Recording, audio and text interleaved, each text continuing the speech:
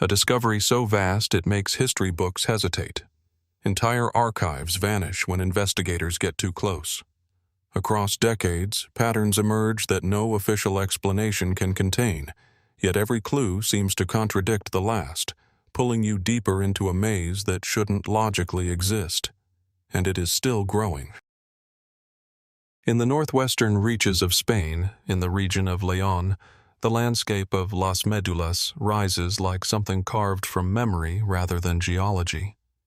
Towering red-orange ridges, soft yet jagged, fold into one another under shifting light.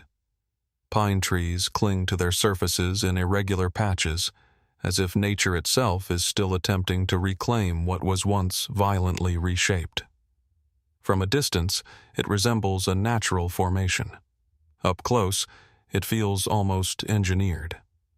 Beneath this surreal terrain lies a story rooted in the expansion of the Roman Empire.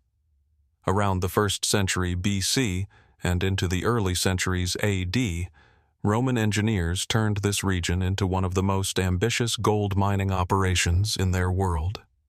Ancient writers describe vast efforts to extract wealth from the earth, and modern archaeology confirms that Las Médulas became a center of hydraulic mining on an unprecedented scale. But the methods used still invite questions. The technique most often cited is known as ruina montium, the ruin of mountains. According to classical sources, Roman miners diverted water through complex networks of aqueducts and channels carved into distant mountains. The water was then stored and released in controlled surges, collapsing entire hillsides by internal pressure. The broken earth was washed through channels where gold could be separated from sediment. It is an explanation that is both elegant and unsettling in its implication, that an empire could reshape entire landscapes through the careful manipulation of water and gravity. Yet even as this explanation is widely accepted, the scale of the transformation continues to provoke quiet astonishment. Estimates suggest that hundreds of kilometers of channels were constructed across difficult terrain. Entire communities of laborers, local inhabitants, enslaved workers, and Roman engineers would have been required to sustain such an operation. How was coordination maintained across such distances, in such conditions, without the infrastructure we associate with large-scale engineering today? The physical evidence at Las Médulas is equally striking. Vast cavities remain where mountains once stood, their absence more visible than their presence ever was. The red hue of the earth, rich in iron oxides, gives the landscape an almost otherworldly glow, especially at sunset. It is a place where geology and human intervention are inseparably intertwined.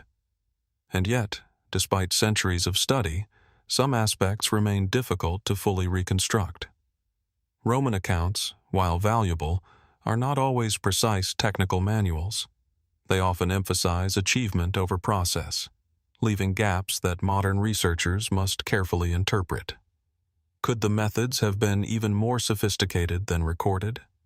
Or were some descriptions symbolic, meant to convey imperial power rather than engineering detail? These uncertainties leave room for interpretation, though not necessarily for certainty. In local oral traditions, layers of myth have accumulated over time. Some stories speak of hidden tunnels extending far beyond the known mining zone. Others suggest that entire systems of water management have yet to be rediscovered beneath sediment and forest. While archaeology has uncovered extensive infrastructure, not every channel or structure has been fully mapped. The possibility of incomplete discovery remains part of the site's quiet intrigue. There are also broader questions about environmental transformation. How did ancient observers perceive a landscape being dismantled on such a scale? Was it seen as triumph, exploitation, or something more ambiguous? And what knowledge, if any, was lost when these operations ceased and nature began its long process of reclamation? Today, Las Médulas stands as both heritage and enigma, a UNESCO World Heritage Site shaped by human ambition and natural recovery. Yet even with modern technology, aerial surveys, and centuries of scholarship, it resists full narrative closure.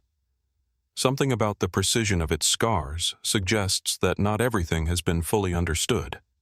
And so the question remains, lingering in the silence between its red cliffs and green pines. How much of what shaped this landscape has truly been uncovered, and how much still lies beneath the surface, waiting to be reinterpreted? From the scarred red hills of Roman mining landscapes in Iberia, the story does not truly end. It simply shifts, as if the search for ancient human complexity refuses to stay anchored in one place. Moving southeast across mountains, seas, and millennia, the narrative settles near the Mediterranean coast of modern-day Turkey, where another silent mound rises above the urban sprawl of Mersin. Here stands Yumuktepe Höyük, an artificial hill, or tell, formed not by nature alone, but by thousands of years of continuous human habitation layered upon itself. At first glance, it appears unassuming, a gentle rise in the landscape, partially surrounded by modern buildings, roads, and the steady rhythm of contemporary life. Yet beneath its surface lies one of the longest continuous settlement sequences in the Near East. Archaeological excavations reveal that Yumuktepe was occupied as early as the Neolithic period, possibly around 7000 BC, continuing through the Chalcolithic, Bronze Age, and into later historical eras. Each layer is like a page torn from a book never fully preserved, stacked unevenly over time. Homes were built, collapsed, rebuilt again, each generation literally living on the remains of the one before it. The earliest levels suggest a community transitioning from nomadic life to settled agriculture. Grinding stones, simple pottery, and early architectural foundations point to a society learning to stabilize its relationship with the land. But even in these earliest traces, questions linger. What drove this settlement to persist in this exact location for so long? Was it purely geography, fertile plains, proximity to water routes, or something less tangible, a deeper continuity of cultural memory? As excavation continues upward through the layers, the site reveals fortifications, storage facilities, and complex domestic structures. By the Bronze Age, Yumuktepe appears integrated into broader regional networks of trade and influence. Seals, imported materials, and evolving architectural styles suggest contact with distant cultures. Yet the full nature of these connections is still being reconstructed, piece by piece, from fragments buried beneath thousands of years of earth. One of the most intriguing aspects of Yumuktepe is not a single artifact, but the sheer density of occupation. Few sites in the region demonstrate such uninterrupted human presence, and with that continuity comes a subtle question. How did each generation perceive the layers beneath their feet?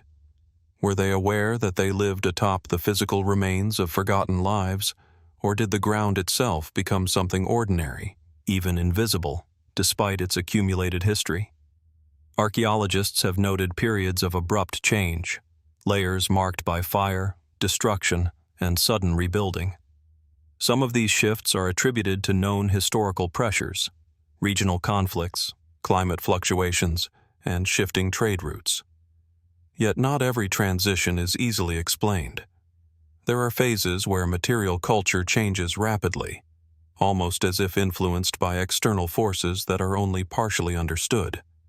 Migration, cultural assimilation, or something more complex, lost in the incomplete record of time. Local traditions and regional folklore, though not always directly tied to the archaeological record, sometimes speak of ancient places beneath the city, where older worlds still exist just below awareness. These narratives are not evidence, but they echo a universal human intuition that landscapes remember more than they reveal. What makes Yumuktepe particularly compelling is its proximity to the present. Unlike remote ruins isolated in deserts or mountains, it exists within a living city. People pass it daily, often unaware that beneath a modest rise lies a vertical archive of human civilization stretching back nearly 9 millennia. How many histories remain unnoticed simply because they are too deeply buried beneath the ordinary? Modern archaeology continues to map its layers with increasing precision, yet each excavation seems to raise new uncertainties. Every unearthed wall suggests another structure beneath it. Every artifact hints at an even older context. The deeper the dig, the less linear the story becomes. And so Yumuktepe Höyük remains suspended between clarity and obscurity, a place where time does not flow in a straight line, but accumulates, compresses, and resists final interpretation. Standing above it today, one might wonder not only who lived here first, but whether the full sequence of lives has ever truly been seen in its entirety, or whether something still rests below, waiting quietly for its chapter to be read.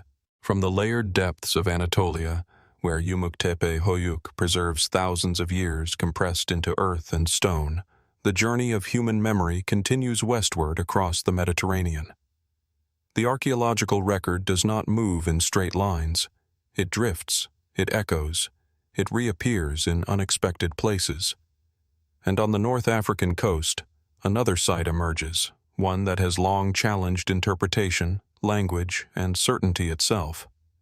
Above the ancient city of Carthage, in modern-day Tunisia, lies Tophet of Carthage, a site partially enclosed, once sacred, now exposed to centuries of reinterpretation.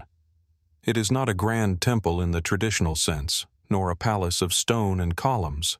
Instead, it is a field of urns, stelae, and layered deposits, arranged across a sanctuary that once held profound religious significance for the Phoenician Punic world between roughly the 8th century BC and the Roman destruction of Carthage in 146 BC.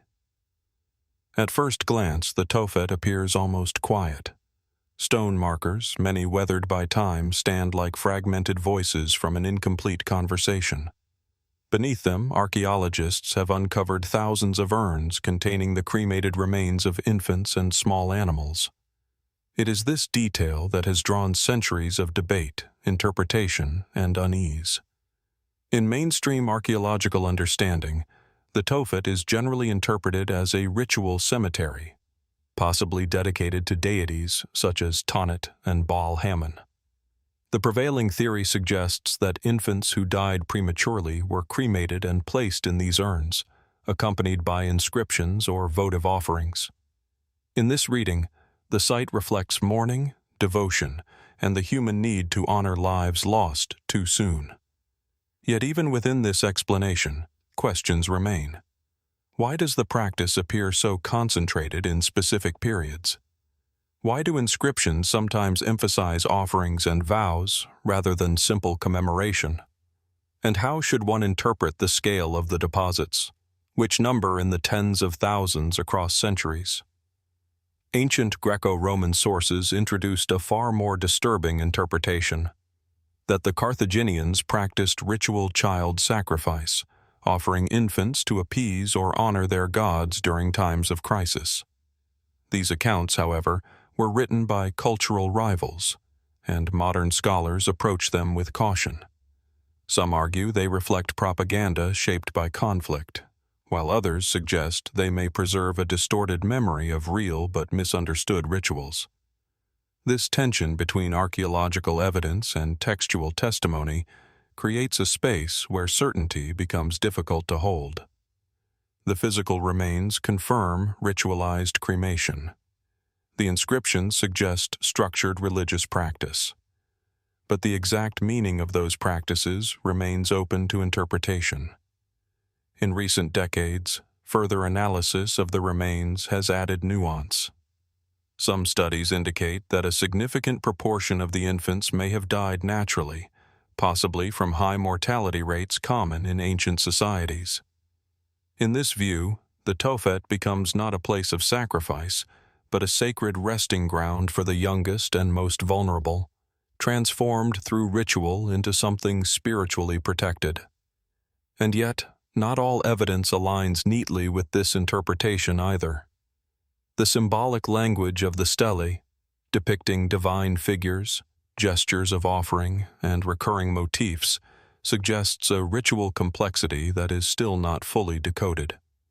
Were these acts expressions of grief, devotion, or something more structured and institutionalized within Carthaginian religion? The ground itself offers no definitive answer. Layer upon layer of ash and urns records a long continuity of practice, but not its meaning. Even the word Tophet, later used in biblical texts to describe places of burning, carries with it centuries of reinterpretation and moral framing, further complicating how the site is understood today. Walking through the remains, one might notice how silence dominates the space. Not an absence of history, but an accumulation of unresolved narratives. Each urn once placed with intention now rests without its full story. Each inscription survives, but only partially translated into modern understanding. And so the Tophet of Carthage remains suspended between interpretations: sacred cemetery, ritual sanctuary, site of sacrifice, or something that defies all of these categories at once. Archaeology continues to refine its methods, yet the deeper question persists beyond technique or data. What kind of relationship did this ancient society truly have with life, death, and the act of offering itself, and how much of that relationship has been preserved, and how much still lies beyond our ability to read? From the ash-lined sanctuary of Carthage, where ritual and memory blur into uncertainty, the narrative does not settle. It shifts again, across sea routes once traced by Phoenician ships, across empires that rose and fell around the same restless Mediterranean. Each site seems to leave behind more questions than answers, as if ancient civilizations were not isolated stories, but overlapping chapters of something far larger and still unfinished. Moving eastward, the landscape gradually changes. Dry coastal winds give way to rolling highlands and limestone ridges. In the heart of the southern Levant, on a low plateau overlooking ancient trade routes and river valleys, rises Tel Lachish, a mound that, like Yumuktepe before it, is built not by nature alone, but by centuries of human presence compressed into earth.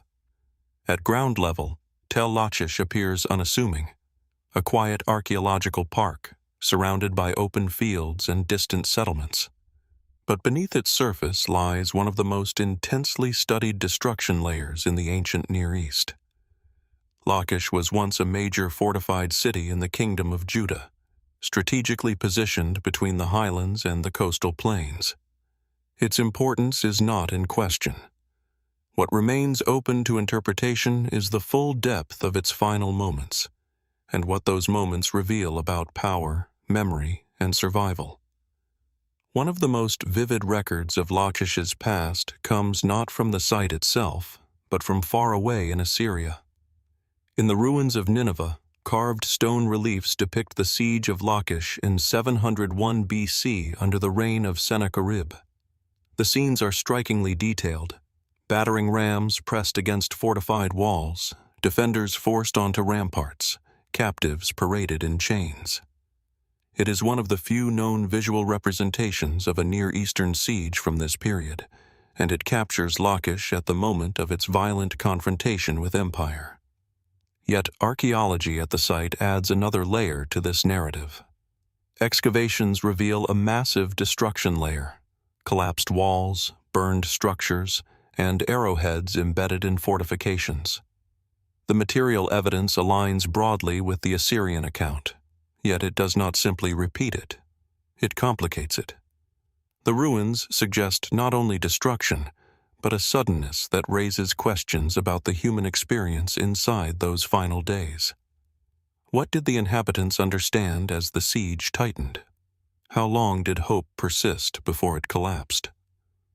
Among the most intriguing discoveries are the Lachish ostraca, inscribed pottery shards written in ancient script, discovered in the remains of a military outpost.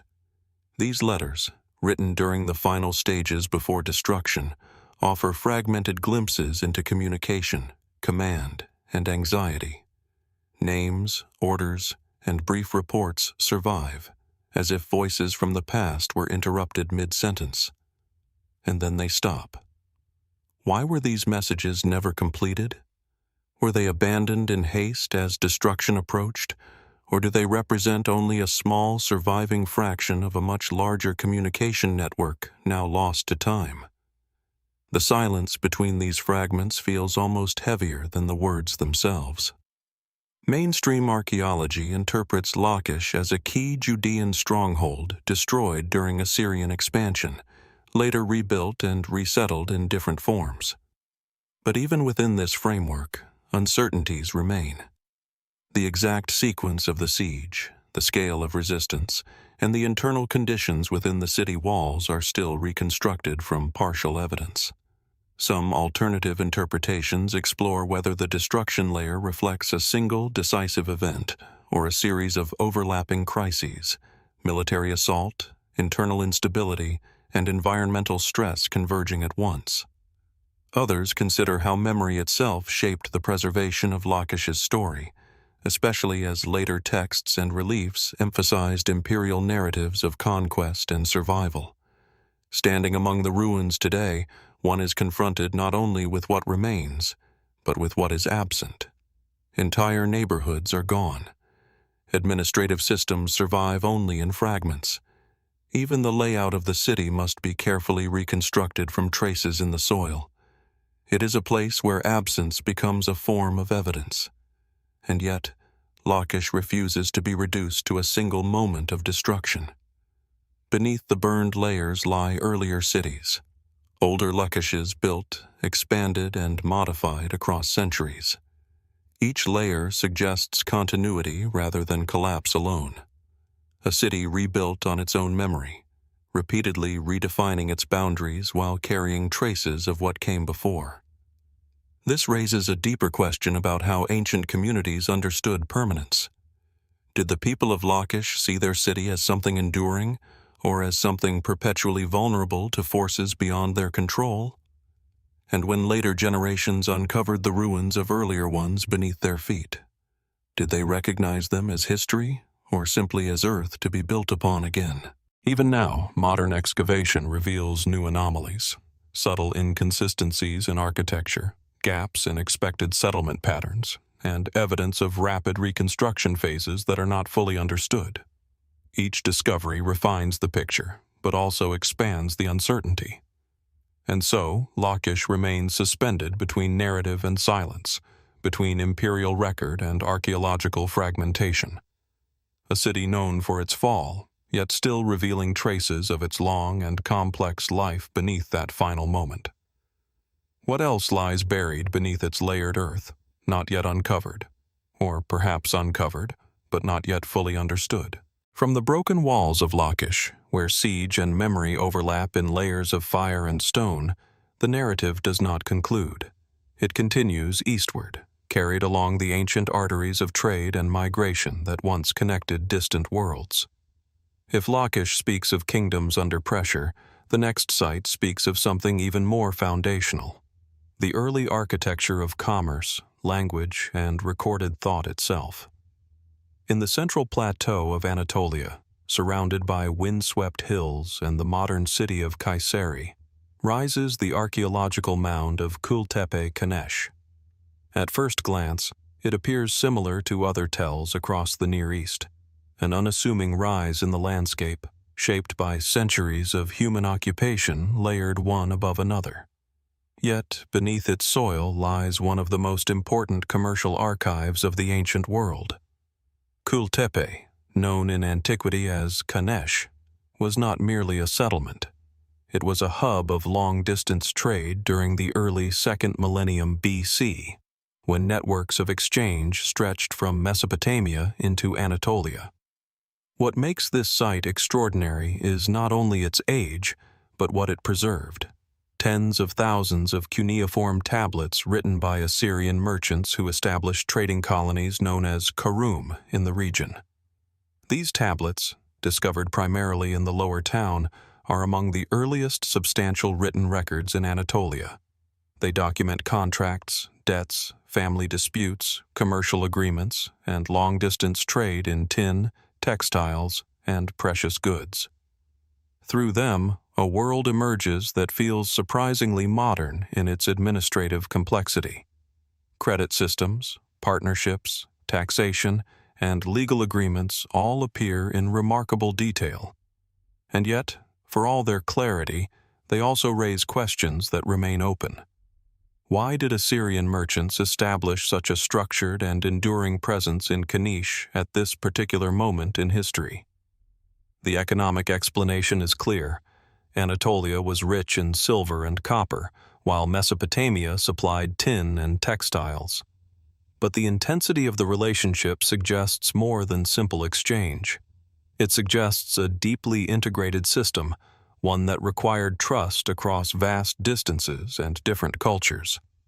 How was such stability maintained in an age without centralized enforcement? The physical layout of Kültepe reflects this dual identity. The upper mound, or citadel, was home to local Anatolian elites, while the lower town housed the Assyrian merchant quarter. Two worlds existed side by side, interconnected yet distinct. Excavations reveal domestic spaces, storage facilities, and administrative buildings, but also evidence of sudden destruction phases that interrupted the continuity of occupation. One of the most intriguing aspects of the site is the abrupt ending of its primary trading archive around 1850 BC. The reason for this disruption is still debated. Some scholars attribute it to political instability in central Anatolia, where emerging kingdoms may have reasserted control over foreign merchants. Others suggest shifts in trade routes or economic collapse within the Assyrian network itself. But the archaeological record does not provide a single definitive explanation. Instead, it shows discontinuity. Buildings were abandoned. Tablets were left behind in archives that were never retrieved. Goods remained stored in warehouses as if the inhabitants had departed quickly or unexpectedly. Was this a gradual decline, or a sudden rupture in the system that had sustained the Karum economy for generations? The tablets themselves add another layer of complexity. Many are intensely personal. Letters between family members separated by distance, instructions for apprentices, complaints about delayed shipments, negotiations over marriage arrangements tied to commercial alliances. In these fragments, the ancient world feels unexpectedly intimate. Yet even here, gaps remain. Entire correspondences are missing, their counterparts perhaps lost, destroyed, or still buried beneath layers yet unexcavated. Some alternative interpretations explore whether Kültepe's role was not only economic, but also administrative in a broader sense, possibly serving as a testing ground for early forms of interstate commercial governance. Others suggest that the distinction between Assyrian and Anatolian spheres may itself be too rigid, and that what existed here was a more fluid cultural hybrid than modern categories can easily describe. There are also quieter mysteries embedded in the material culture. Certain seals and inscriptions do not fully match known typologies from either region, hinting at localized adaptations or perhaps lost traditions of craftsmanship. Some artifacts appear in contexts that challenge established chronological sequences, suggesting that the occupational history of the site may still hold unresolved stratigraphic complexities. Walking across the mound today, it is difficult to reconcile the quiet landscape with the intensity of activity that once defined it. Beneath the soil lies an administrative world that recorded itself in extraordinary detail, yet still left behind unanswered structural questions. The more we read the tablets, the more we realize how much is still absent from them. And so, Kültepe Kanesh remains not only a window into early commercial civilization, but also a reminder of how fragile such systems can be. Entire networks of trust, exchange, and communication once spanned continents. Then, at some point, they ceased, leaving only written traces behind. What force interrupts a system so carefully constructed across generations? And if so much of this world survives in fragments beneath the soil, What parts of its story have never been written at all, or are still waiting, silently, to be uncovered? From the administrative silence of Kültepe Kanesh, where thousands of clay tablets preserve the logic of ancient trade, the story shifts once again, away from written certainty and into something far more enigmatic. If Kültepe reveals the early architecture of economic order, the next site speaks in a different language entirely: stone, silence, and construction without text.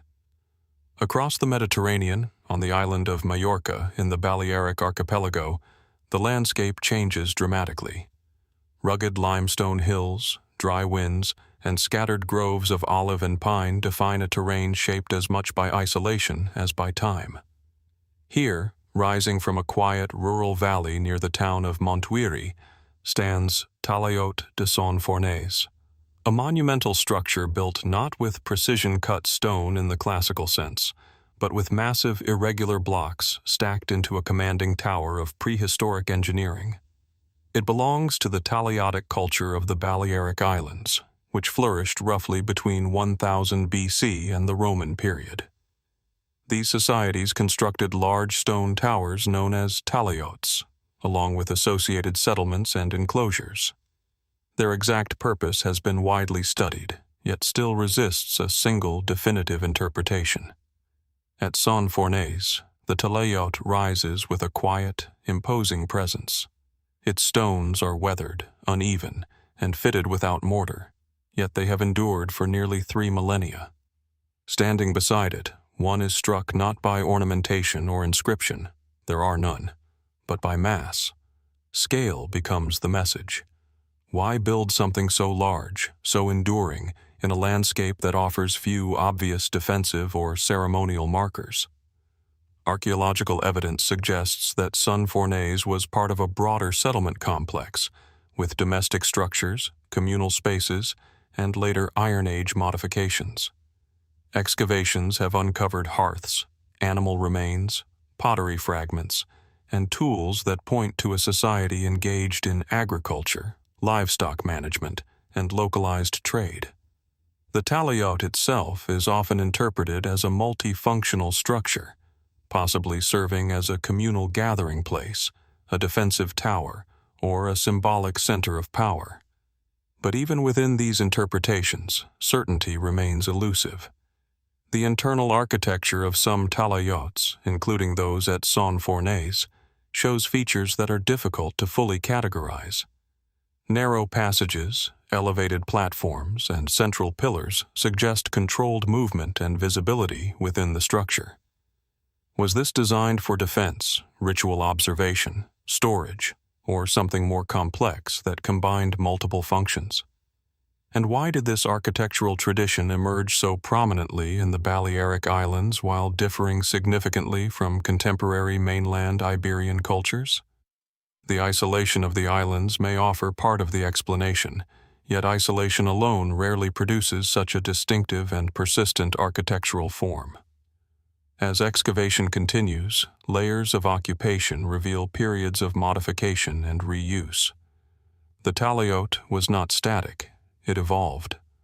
Later communities altered its interior spaces, added adjacent structures, and repurposed its function. This suggests continuity of significance across generations, even as cultural meanings may have shifted. Some scholars interpret the Talaiotic structures as expressions of social hierarchy, monuments that physically embodied power, authority, or communal identity. Others emphasize their potential role in ritual life, perhaps linked to ancestral worship or seasonal gatherings tied to agricultural cycles. Yet there is no written record from the builders themselves, leaving interpretation dependent entirely on material remains. This absence of text creates a different kind of mystery than at Kültepe. There, meaning is abundant but incomplete. Here, meaning is almost entirely archaeological, constructed from stone and context rather than language.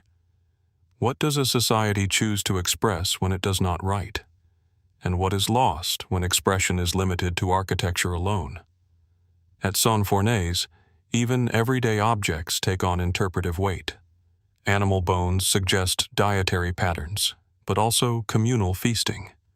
Pottery styles indicate cultural continuity, but also subtle shifts in external contact. Grinding stones and agricultural tools point to stable subsistence, yet their distribution across the site raises questions about how space was organized and controlled. There are also quieter anomalies. Some structural alignments appear intentionally oriented toward landscape features, hills, horizons, or distant sightlines. Whether these alignments held astronomical, symbolic, or purely practical significance remains debated. The evidence is suggestive, but not conclusive enough to define intent. And then there is the question of the Talaiot itself as a sensory space. Standing inside its massive circular interior, acoustics shift. Sound carries differently, light filters through in controlled angles, and visibility is shaped by stone walls that block and reveal the surrounding landscape in fragments. Was this experience incidental or deliberately designed? Some fringe interpretations propose that Talaiots functioned as proto-observatories or ceremonial structures aligned with celestial cycles. Others suggest they were communal strongpoints that symbolized unity in a fragmented landscape of small island communities. These ideas remain speculative, yet they persist because the structures themselves do not offer a single dominant explanation.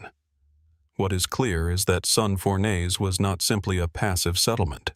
It was a constructed environment in which architecture actively shaped human behavior and social interaction. Yet the intentions behind that design remain partially obscured. As modern archaeology continues to excavate and reconstruct the site, new questions often emerge faster than answers. Each stone repositioned, each layer analyzed, adds clarity to detail but complexity to interpretation. The Talaiot does not yield its meaning easily. It resists reduction to a single function or narrative. And so, like many monuments across the ancient world, it stands in a space between certainty and ambiguity. A structure built to endure time, yet still withholding the full explanation of its purpose. What kind of society builds something so massive without leaving behind a voice to explain it?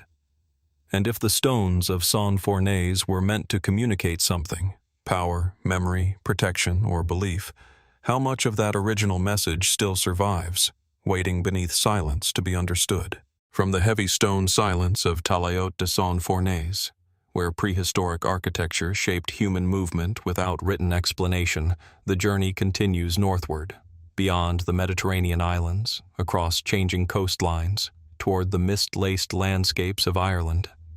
If the Talaiots spoke through mass and structure, the next site seems to speak in an even more elusive language: light, alignment, and memory encoded in stone.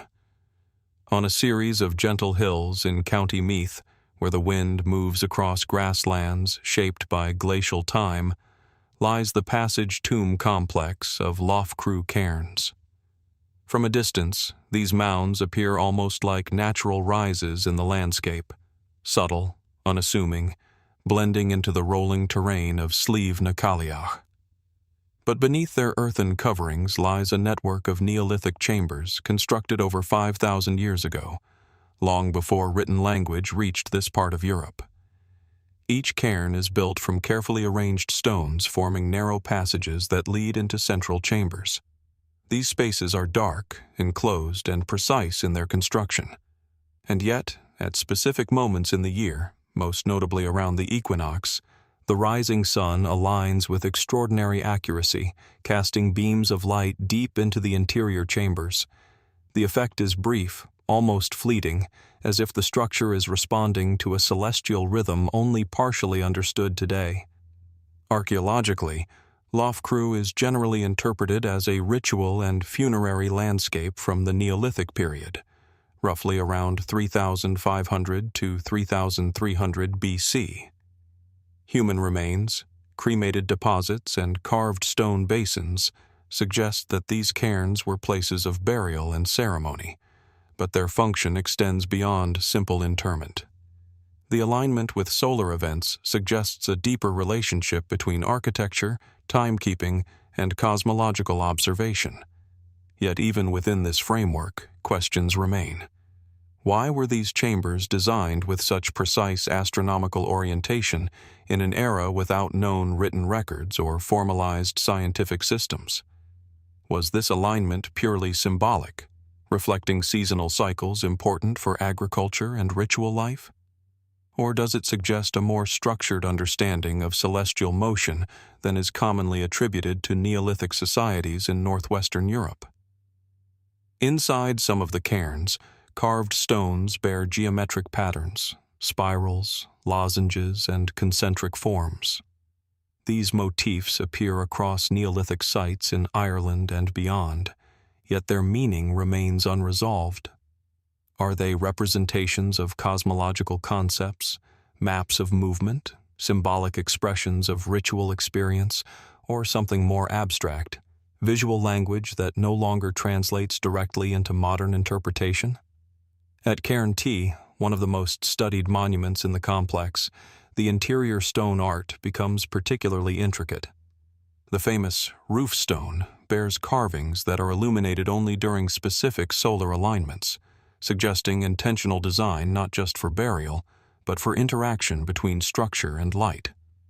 When the sun enters the chamber, the carvings briefly come alive, illuminated in patterns that last only minutes before fading back into darkness. What kind of knowledge system creates architecture that depends so precisely on celestial timing? And how was this knowledge preserved and transmitted across generations without written documentation? Mainstream archaeology suggests that Neolithic communities observed long-term environmental cycles through careful observation, gradually encoding these patterns into monument construction. Over generations, knowledge may have been passed orally, refined through communal practice rather than formal record-keeping. In this view, Loughcrew is part of a broader European tradition of passage tombs connected to cosmology, ancestry, and seasonal ritual. Yet there are aspects of the site that resist simple explanation. The distribution of cairns across the hilltop is not random. Some align with distant horizon points, while others appear positioned to interact visually with surrounding monuments across the landscape. This creates a network of sightlines that suggests the entire hill may have functioned as a unified ceremonial system rather than isolated tombs. What remains unclear is how such a system was conceived and executed without apparent central authority or written planning tools. Was this the result of gradual accumulation over centuries, or the product of a shared cultural framework that is now largely invisible to us? Local folklore, preserved through later Irish tradition, adds another layer of narrative. The hills are sometimes associated with mythological figures such as the Cailleach, a supernatural woman said to shape the landscape itself. While these stories are not historical evidence, they reflect a long-standing recognition that the site carries meaning beyond its physical construction. And then there is the question of time itself. Standing inside a cairn during alignment, one experiences a moment where interior and exterior worlds briefly merge, the passage of sunlight through darkness creating a controlled transformation of space. Was this effect intended as a symbolic connection between life, death, and cosmic order? Or was it part of a broader experiential practice that integrated astronomy, ritual, and communal identity? Even today, the precision of these alignments continues to surprise researchers. Small deviations in angle or position would disrupt the effect entirely, yet the structures remain remarkably accurate after thousands of years. Whether this precision was achieved through repeated trial, inherited tradition, or methods now lost to time is still debated. And so Loughcrew Cairns stands as more than a burial landscape. It is an interface between earth and sky, constructed in a way that seems to anticipate moments of transformation that occur only a few times each year. A place where stone, light, and time intersect in patterns that are only partially understood. What kind of worldview builds monuments that only reveal their full meaning under specific conditions of sunlight? And if these cairns were designed to communicate something about death, cycles, ancestry, or the cosmos, how much of that message still remains intact, waiting in the brief passage of light across ancient stone? From the equinoctial light that briefly awakens the carved stones of Loughcrew Cairns, where Neolithic minds aligned earth with sky in ways still only partially understood, the journey continues outward once more. The pattern that emerges across these sites is not linear progress, but a widening web of ancient complexity, each location revealing a different language of stone, memory, and power. Moving southeast across continents and mountain corridors, the landscape shifts again into the dry, rugged terrain of southeastern Anatolia. Here, in the modern province of Gaziantep, rises the archaeological mound of Zincirli Höyük, also known in ancient sources as Sam'al. Like many tells across the Near East, it appears at first as a quiet rise in the land, almost indistinguishable from surrounding hills. Yet beneath its surface lies a city that once stood at the crossroads of empires, languages, and shifting political worlds during the Iron Age, roughly between the 10th and 7th centuries BC. The mound itself is layered, compacted by centuries of rebuilding, destruction, and renewal. Excavations reveal city walls, monumental gateways, palatial structures, and carved stone reliefs that once formed part of an elite urban center. Zincirli was not an isolated settlement. It was a fortified city within the orbit of powerful regional forces, including Neo-Hittite kingdoms, Aramaean polities, and later Assyrian expansion.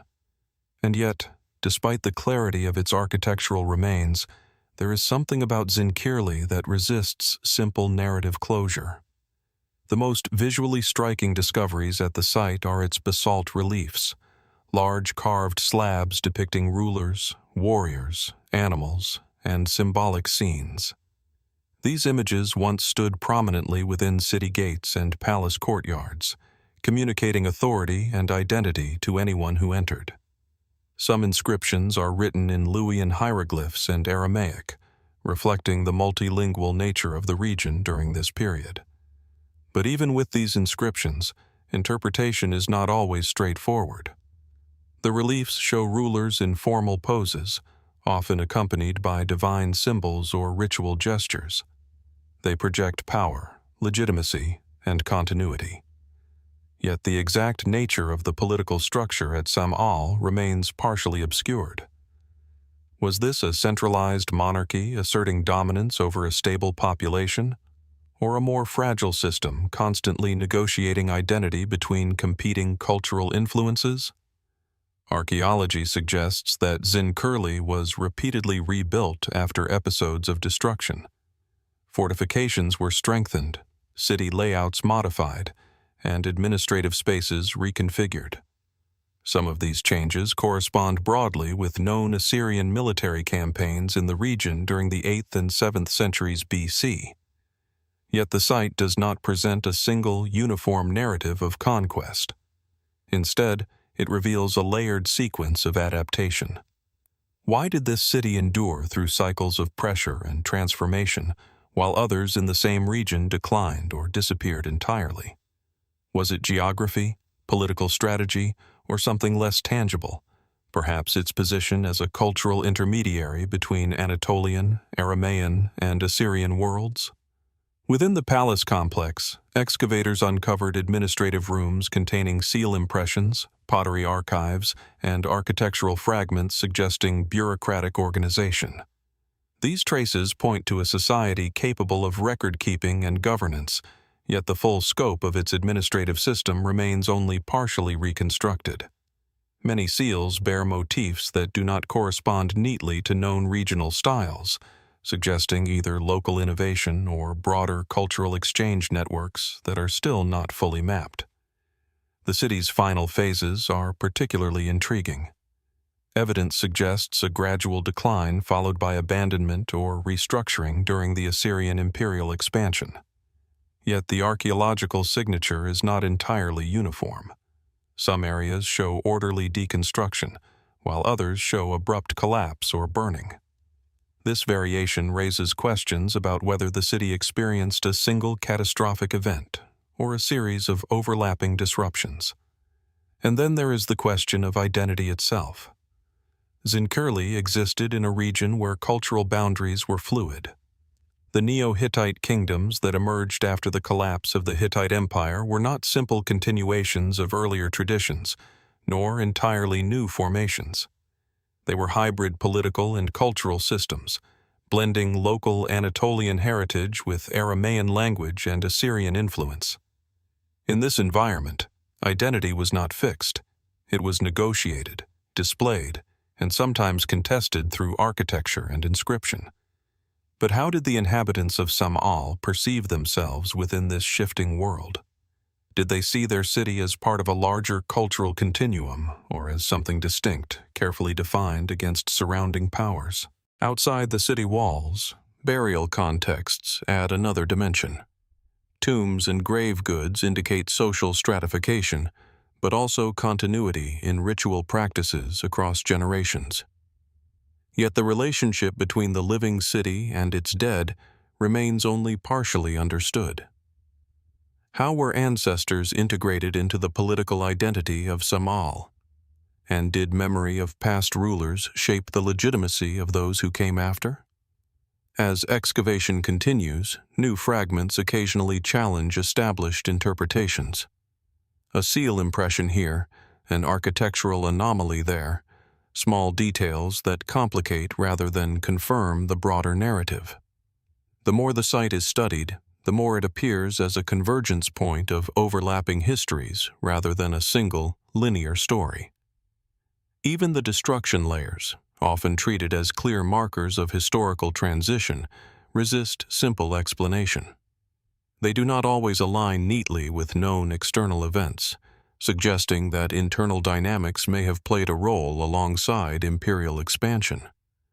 Was Zincirli's transformation driven from outside, or did internal pressures contribute equally to its changing fate?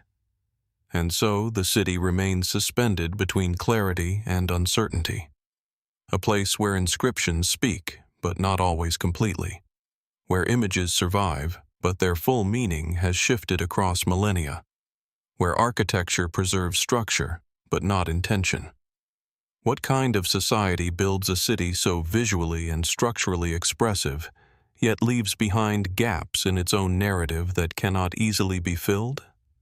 And if Zincirli Höyük once stood as a carefully constructed expression of identity and power, how much of that original meaning still survives beneath the layers of earth, and how much has been permanently reshaped by time itself? From the carved stone narratives of Zincirli Höyük, where rulers once projected authority through basalt reliefs and shifting layers of Iron Age identity, the journey turns again toward the western edge of the Mediterranean world. If Zincirli speaks of cities negotiating power under the shadow of empires, the next site speaks in a different register entirely, one shaped not by inscriptions or written records, but by silent stone figures that still stand as if waiting to be understood. On the island of Sardinia, in the quiet rural expanse near Cabras, the landscape opens into fields and low hills shaped by wind and time. It is here, partially exposed and partially reconstructed, that the extraordinary assemblage known as Monte Prama giants was discovered. At first glance, the figures appear almost surreal. Large stone statues, human in form but stylized in ways that immediately distinguish them from classical Mediterranean sculpture.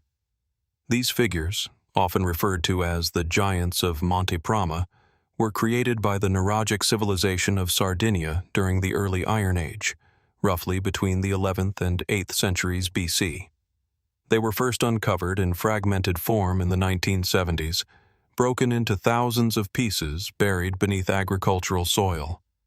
Over time, archaeologists painstakingly reconstructed many of them, revealing warriors, archers, and boxers carved from sandstone, each standing over 2 meters tall in their restored form.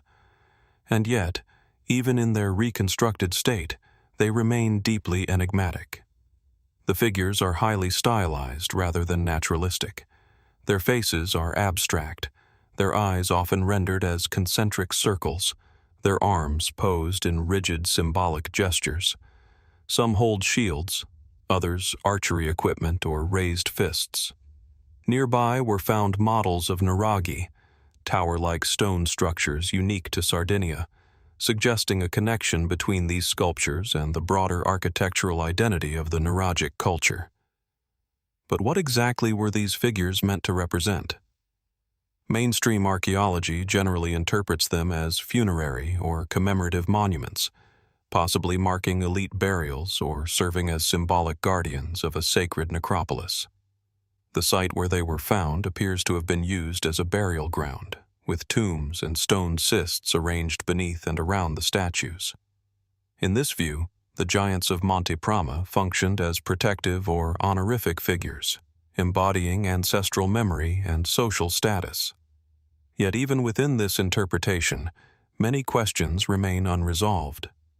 Why were such monumental sculptures created in this particular region of the Mediterranean, at a time when large-scale stone statuary was relatively rare in the surrounding cultures? What cultural or ideological force drove the nuragic people to produce figures of this scale? And why do they differ so sharply from contemporary artistic traditions in nearby Phoenician, Etruscan, or early Italic societies? The craftsmanship itself raises further questions. The statues were carved from local sandstone, yet their uniform scale and consistent stylistic features suggest a coordinated artistic system rather than isolated craftsmanship. Was there a centralized workshop or group of artisans responsible for their creation, or were these works produced across multiple communities sharing a common symbolic language? And then there is the question of destruction. When the statues were first discovered, they were not standing upright but broken into thousands of fragments, deliberately buried or scattered. Some scholars suggest this was the result of ritual decommissioning, a deliberate act of dismantling sacred objects when their function had ended.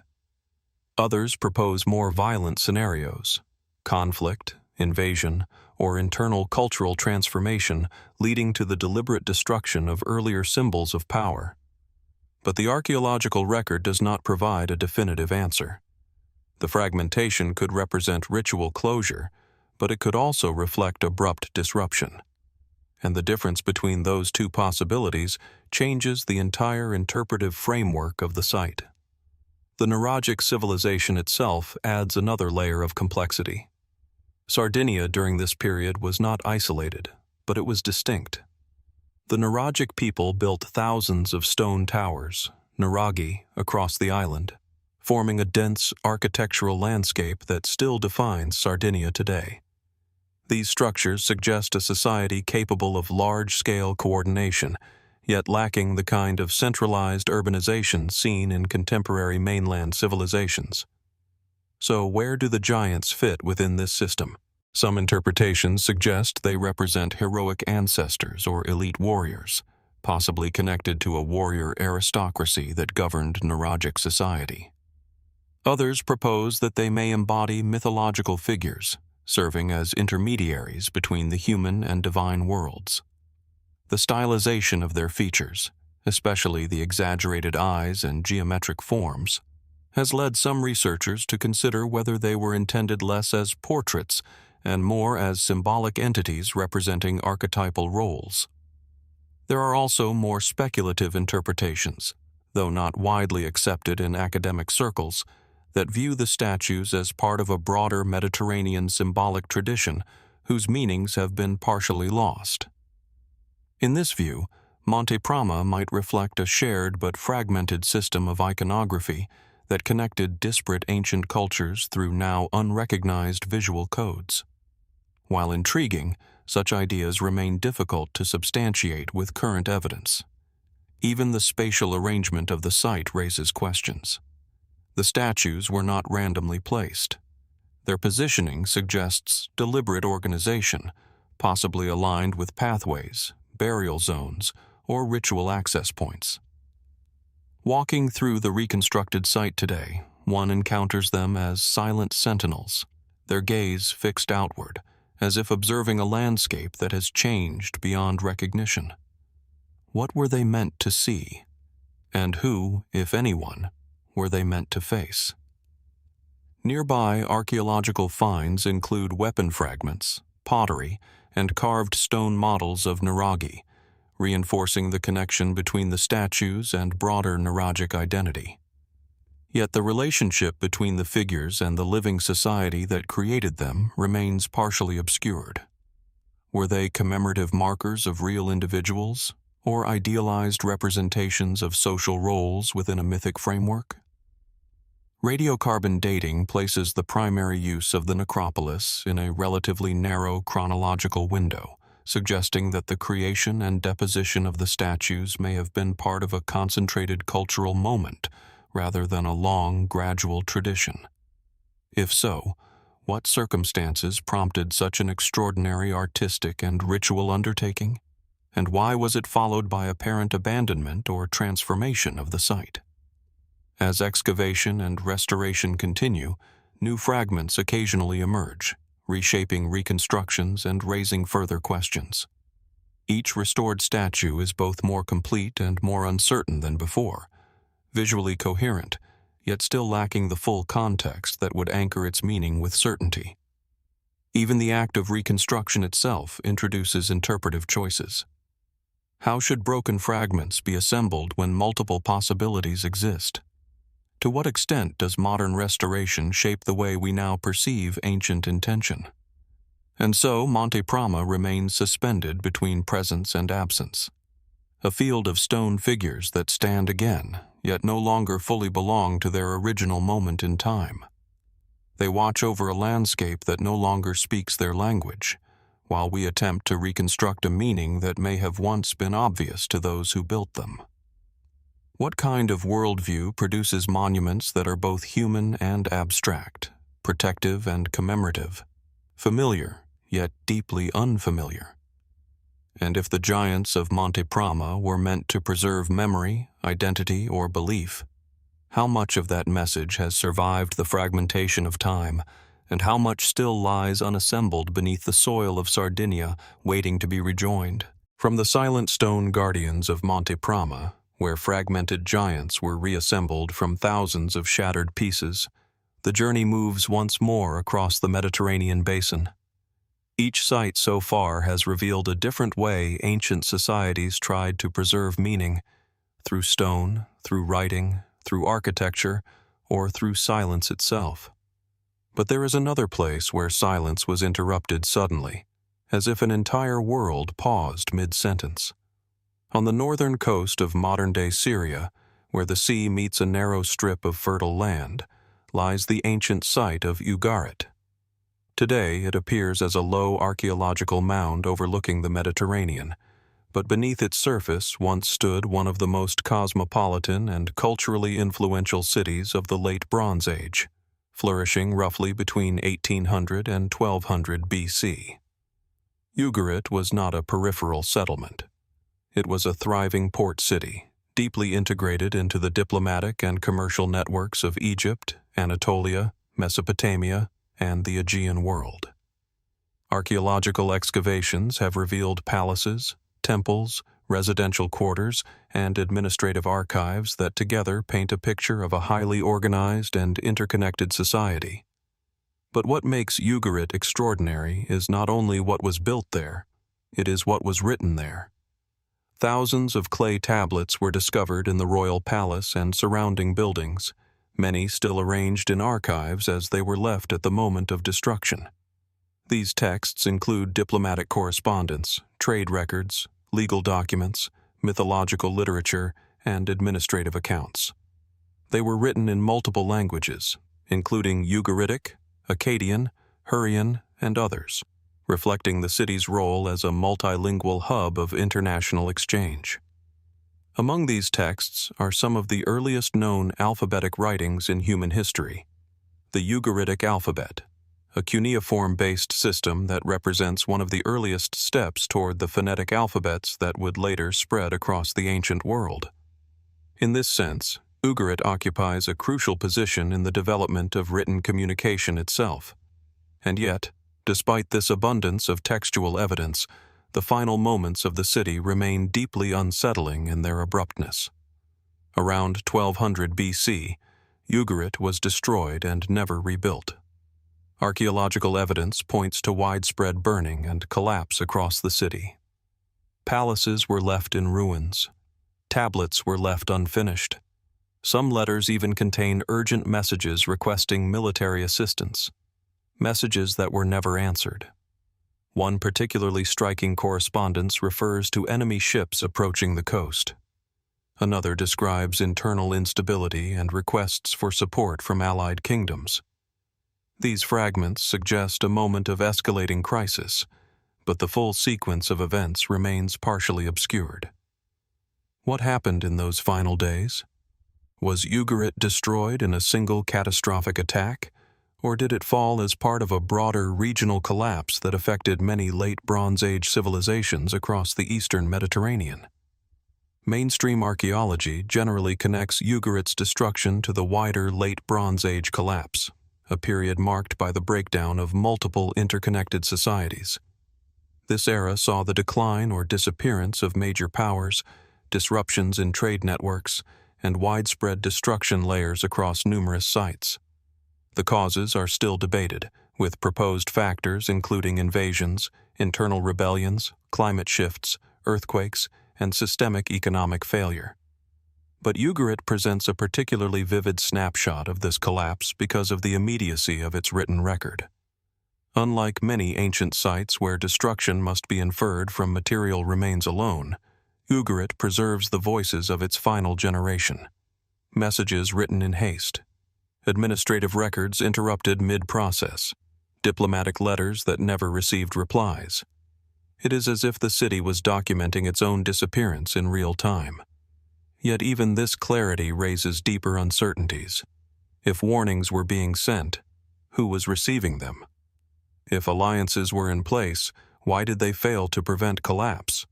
And if the crisis was recognized early enough to be recorded in official correspondence, why did it still culminate in total destruction?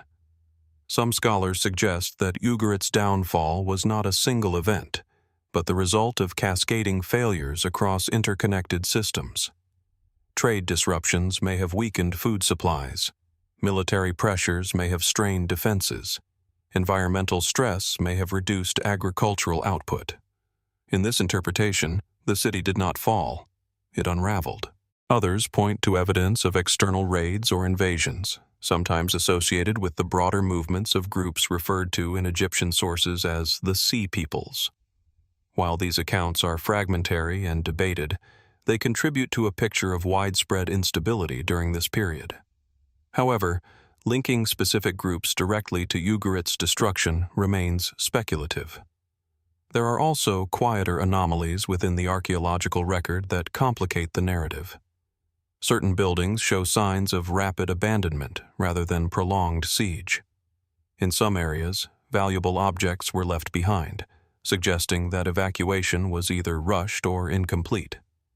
In other sectors, destruction appears more systematic, as if parts of the city experienced different phases or types of collapse.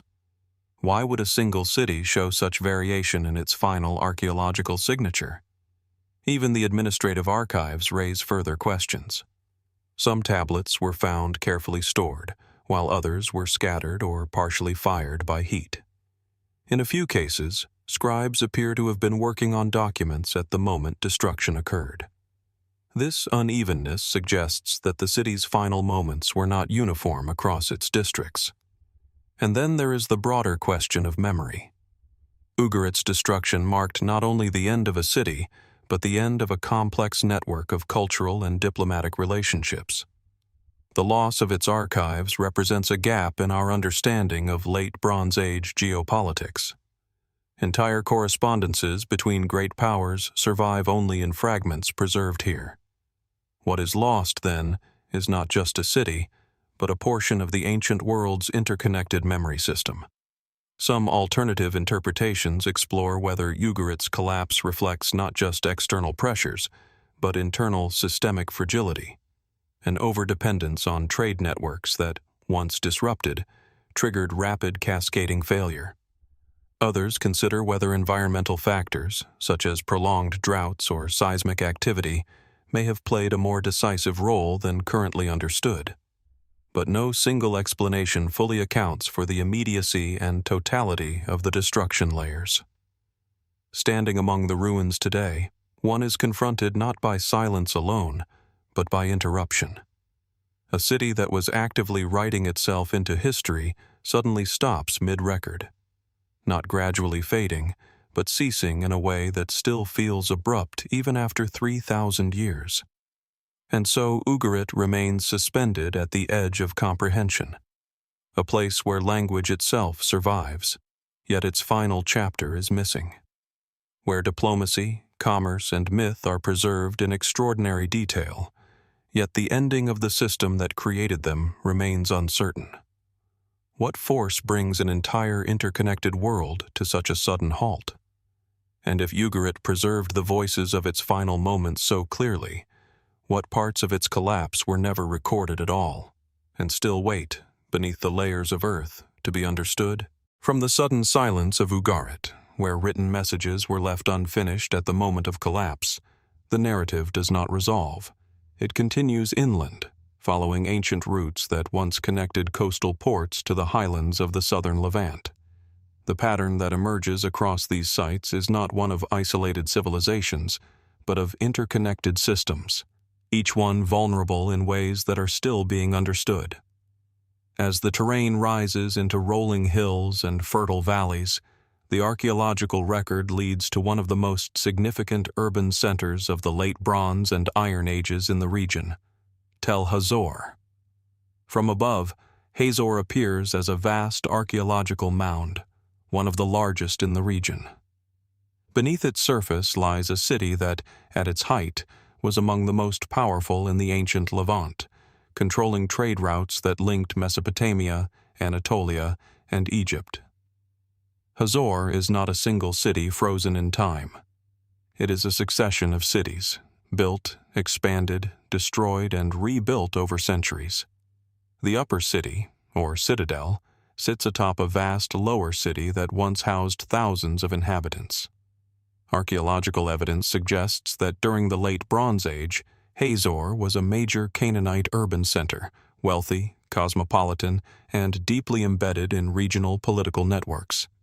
Palaces, temples, and administrative buildings have been uncovered, along with storage facilities that once contained agricultural surplus and trade goods.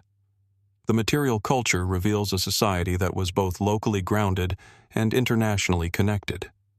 Egyptian artifacts, Mesopotamian influences, and local Canaanite traditions coexist within the same stratigraphic layers.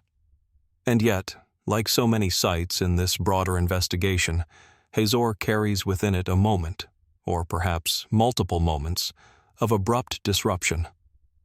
One of the most striking features of the archaeological record is the massive destruction layer dating to around the late 13th century BC. Burned structures, collapsed walls, and a thick layer of ash cover large portions of the city. In some areas, the destruction is so intense that entire building complexes appear to have been consumed by fire in a relatively short span of time. What caused this destruction remains a subject of ongoing debate. Mainstream archaeological interpretation generally connects Hazor's destruction to the broader regional upheavals associated with the Late Bronze Age collapse. This period, spanning roughly 1200 BC, saw the decline or transformation of many interconnected societies across the eastern Mediterranean. Theories for this widespread disruption include invasions, internal rebellions, environmental stress, shifts in trade networks, and systemic economic breakdown. In the case of Hazor, some scholars point to evidence of violent destruction, suggesting that the city may have been attacked and burned. Others propose that internal conflict or social unrest may have played a significant role, possibly combined with external pressures. The archaeological record does not present a single, unified explanation. It presents a convergence of signs that point in multiple directions at once. And this is where Hazor becomes particularly intriguing. Unlike a site that simply shows abandonment, Hazor shows intensity. The destruction is not subtle. It is layered, forceful, and spatially uneven. Some areas are heavily burned, while others show different patterns of collapse or reuse. This variation raises questions about whether the destruction occurred in a single event or unfolded in phases that affected different parts of the city differently. Even more compelling is what happens after. Hazor was not immediately forgotten. It was later rebuilt during the Iron Age, becoming an important city once again, this time within the emerging political landscape of the region. The biblical tradition later refers to Hazor as a major Canaanite city associated with powerful kings and conflicts. Archaeology confirms that a significant Iron Age settlement existed on the site, though the relationship between textual traditions and material remains a subject of careful interpretation. But the transition between these two phases, Late Bronze Age destruction and Iron Age rebuilding, remains only partially understood. What happened to the population of Hazor after its destruction? Did they disperse to surrounding regions, assimilate into other communities, or remain nearby in reduced numbers before re-establishing the city? The archaeological record provides hints but no complete demographic picture. Within the destroyed Late Bronze Age layers, artifacts are often found in situ: pottery vessels left on floors, tools abandoned in workspaces, and storage jars still positioned as if in use. These snapshots suggest a sudden interruption of daily life. Yet in other areas, evidence of clearing or reuse suggests some degree of post-destruction activity. This duality complicates attempts to define the nature of the catastrophe. Was Hazor's destruction the result of a single overwhelming event, or a series of destabilizing episodes that culminated in collapse? Some interpretations emphasize external forces, military incursions or regional warfare. Others focus on internal dynamics, suggesting that elite restructuring or social fragmentation may have weakened the city from within. Environmental factors, such as drought or resource scarcity, are also considered within broader models of Late Bronze Age instability. However, no single explanation fully accounts for the scale and pattern of destruction observed. Another layer of complexity lies in Hazor's urban design. The city was not only large, but highly organized, with clearly defined administrative and residential zones. Such organization implies a level of political centralization and bureaucratic control. How such a system responded to crisis, whether it fractured quickly or resisted collapse for a time, remains an open question. Even the temples at Hazor add to the mystery. Religious structures within the city show evidence of destruction and ritual disruption. Some cultic objects were found broken or displaced, raising questions about whether religious institutions were specifically targeted or incidentally affected by broader destruction. And yet, despite the devastation, Hazor was rebuilt. Not once, but multiple times across different historical phases. Each reconstruction reflects a new political reality, a new cultural identity layered atop the remains of the previous one. The city becomes, in effect, a palimpsest of resilience and rupture. But what is most striking is not only the destruction or the rebuilding, it is the persistence of place. Across centuries, despite cycles of collapse, Hazor remained a focal point of human settlement. Why this location? What geographic, strategic, or perhaps less tangible factors made it continuously significant across changing civilizations? Standing among the ruins today, one encounters a landscape where history is not linear but stratified. Walls emerge from different eras within the same field of view. Streets intersect across centuries rather than space. Each layer partially reveals and partially obscures the one beneath it. And so Hazor remains suspended between clarity and fragmentation. A city that was powerful enough to be remembered across texts and traditions, yet incomplete enough in the archaeological record to resist full reconstruction. a place where destruction is evident, but its causes remain distributed across possibility rather than certainty. What kind of collapse leaves behind both evidence of sudden destruction and signs of gradual transformation? And if Hazor was once a center of power, trade, and cultural exchange, how much of its true story still lies beneath the soil, unexcavated, or perhaps excavated but not yet fully understood? From the burned layers of Hazor, where entire cities appear to have been reshaped by sudden destruction and uncertain renewal, the narrative shifts once more, away from the fortified urban centers of the late Bronze and Iron Ages and back toward an even earlier threshold in human history. If Hazor reveals the complexity of collapse within established civilizations, the next site pushes the timeline further back, to a moment when the very idea of permanent settlement was still being carefully tested. The landscape changes dramatically as the journey moves southward into the rugged terrain of modern-day Jordan.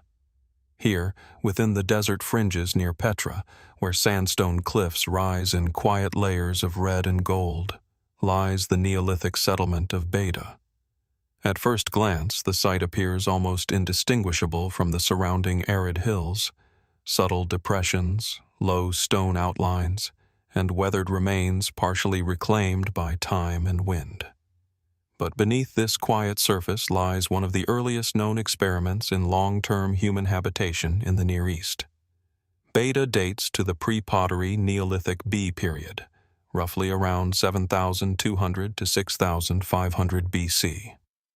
It represents a transitional moment in human history, when communities were beginning to shift from mobile hunter-gatherer lifeways toward more permanent, structured settlements. Unlike later urban centers such as Hazor, Beidha does not present itself as a city of walls and palaces. Instead, it reveals a much more intimate architecture, small circular and later rectangular structures, carefully constructed from stone, partially dug into the ground, and arranged in loosely organized clusters. At first, the settlement appears modest, but its significance lies not in scale, but in transformation. Archaeological excavations show that Beidha underwent a clear architectural evolution over time.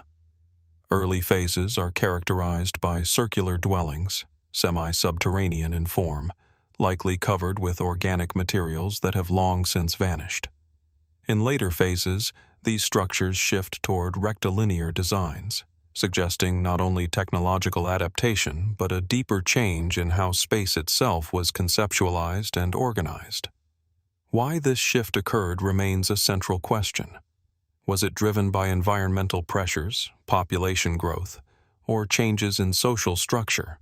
Or does it reflect something more abstract, a gradual redefinition of how human communities understood permanence, ownership, and shared space?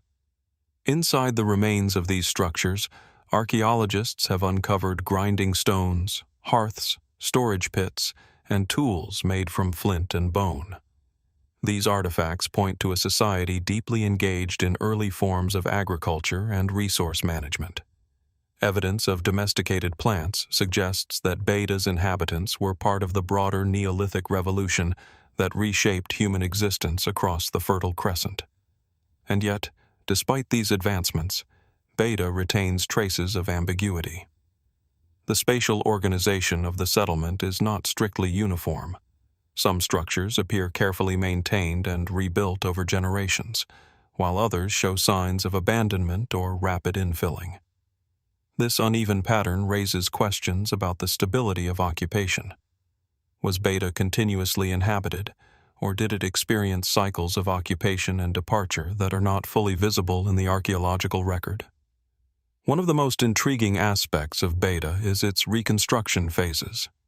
Entire buildings appear to have been deliberately dismantled and rebuilt in new forms, sometimes on slightly different orientations. This suggests that architecture here was not static, but part of an ongoing negotiation between people, space, and time. What prompted these changes? Were they purely practical responses to environmental conditions, or did they carry symbolic meaning, perhaps reflecting shifts in social organization, kinship structures, or ritual practice? Unlike later sites that preserve written records or monumental iconography, Beidha offers no textual clues. Its story is told entirely through material remains. And yet, even without writing, patterns begin to emerge that hint at complex social behavior. Some structures appear larger and more centrally located, possibly indicating communal or shared functions. Others are smaller and more isolated, perhaps reflecting household units or specialized activity zones. The relationship between these spaces is still being reconstructed, and interpretations vary widely among researchers. There is also evidence of craft specialization. Flint tools show a high degree of skill and standardization, suggesting knowledge transmission across generations. The presence of bead production and ornamental objects indicates that aesthetic or symbolic expression already played a role in daily life. But what these symbols meant to the people of Beidha remains inaccessible. And then there is the question of continuity. Beidha does not exist in isolation. It is part of a broader network of early Neolithic sites across the southern Levant, including nearby settlements that share architectural and material similarities. This raises the possibility that Beidha was not simply a single community, but part of a wider cultural horizon, a shared way of life that connected multiple groups across a changing landscape. Yet each site within this horizon shows subtle differences. No single pattern fully unifies them. Instead, there is variation within similarity, a kind of cultural mosaic that resists oversimplification. Why did these early communities choose this particular region for experimentation with permanent settlement? The proximity to water sources, seasonal resources, and migratory routes may offer part of the answer. But geography alone does not fully explain the persistence and innovation seen at Beidha. Some researchers suggest that Beidha represents one of the earliest examples of architectural planning at a community scale, where space was intentionally shaped to support new forms of social organization. Others propose that the site reflects a transitional phase in which older mobile traditions coexisted with emerging sedentary practices, producing hybrid patterns of settlement that are difficult to classify within modern categories. There are also more speculative interpretations that view Beidha as part of a broader cognitive transformation in human history, the moment when abstract planning, symbolic thinking, and environmental manipulation began to converge in more structured ways. While these ideas remain difficult to verify archaeologically, they reflect the profound significance often attributed to this period of human development. Yet even with all these interpretations, Beidha remains only partially legible. The settlement does not present itself as a finished narrative. Instead, it appears as a series of adjustments, architectural decisions layered over time, each one responding to conditions we can infer but not fully reconstruct. The result is a site that feels both familiar and distant, recognizable in its domesticity, yet elusive in its meaning. Walking through the remains today, one encounters low stone outlines tracing the shape of ancient rooms. It is possible to imagine movement between spaces, the rhythm of daily life, the repetition of tasks that sustained the community. And yet, the absence of full structures creates a sense of incompleteness, as if the settlement is paused between visibility and disappearance. What kind of social world emerges when permanence itself is still being defined? And if Beidha represents one of humanity's earliest steps toward settled life, how much of that transition is truly understood, and how much remains hidden beneath the fragile traces of its earliest homes, waiting quietly beneath the desert soil? From the fragile stone outlines of Beidha, where humanity's earliest experiments in permanent settlement still linger in the desert soil, the narrative continues its slow movement northward once again. Each step across this ancient landscape reveals another attempt by early societies to define space, memory, and meaning, sometimes through architecture, sometimes through ritual, sometimes through silence itself. As the terrain shifts into the central highlands of the southern Levant, the hills become greener, more structured, marked by terraces and winding valleys. Here, in the heart of the hill country, lies the archaeological mound of Shiloh Archaeological Site, a site layered with both material remains and deep cultural memory. At first glance, it appears as a quiet rise in the landscape, surrounded by rocky slopes and agricultural fields. Yet beneath this unassuming exterior lies a place that once held profound regional significance during the early Iron Age, roughly around the 12th to 11th centuries BC. Shiloh is widely associated with one of the earliest central cultic sites of the highland communities in the region. Archaeological excavations have uncovered remains of storage areas, fortification traces, pottery assemblages, and architectural foundations that suggest a settlement with organized communal and possibly ritual functions. In historical tradition, Shiloh is often described as a place where a central sanctuary once stood before the emergence of later political structures in the region. But while the material evidence confirms the presence of an important settlement, many aspects of Shiloh's role and structure remain open to interpretation. One of the most compelling features of the site is its apparent role as a central gathering point for surrounding highland communities. The archaeological record shows large quantities of storage vessels, particularly pithoi, massive jars likely used for storing grain, oil, or other agricultural surplus. The scale of these storage installations suggests a system of collection and redistribution, hinting at a level of social organization that extended beyond a single household or village. And yet, the exact nature of that system remains uncertain. Was Shiloh functioning as a regional administrative center, a religious sanctuary, or a combination of both? The archaeological evidence allows for multiple interpretations, and each carries different implications for how early highland societies were structured. The absence of monumental architecture adds another layer of complexity. Unlike later urban centers in the region, Shiloh does not present large palaces or fortified city walls in its earliest phases. Instead, it reveals a more modest architectural footprint: domestic structures, open spaces, and storage facilities arranged in a way that suggests communal rather than highly centralized organization. This raises a fundamental question. How does authority manifest in a society that does not yet build in stone on a monumental scale? Some scholars suggest that Shiloh's importance lay not in its physical structures alone, but in its function as a ritual center. Later textual traditions describe Shiloh as a place where sacred objects were housed and communal gatherings took place. While these accounts were written centuries after the archaeological layers being studied, they reflect a long-standing memory of the site's significance. Yet archaeology must rely on material evidence, and here the picture is more ambiguous. Certain areas of the site show signs of specialized activity that could be associated with ritual practice: carefully arranged spaces, select artifact distributions, and patterns of deposition that differ from ordinary domestic refuse. However, these patterns are not definitive enough to confirm a single interpretation.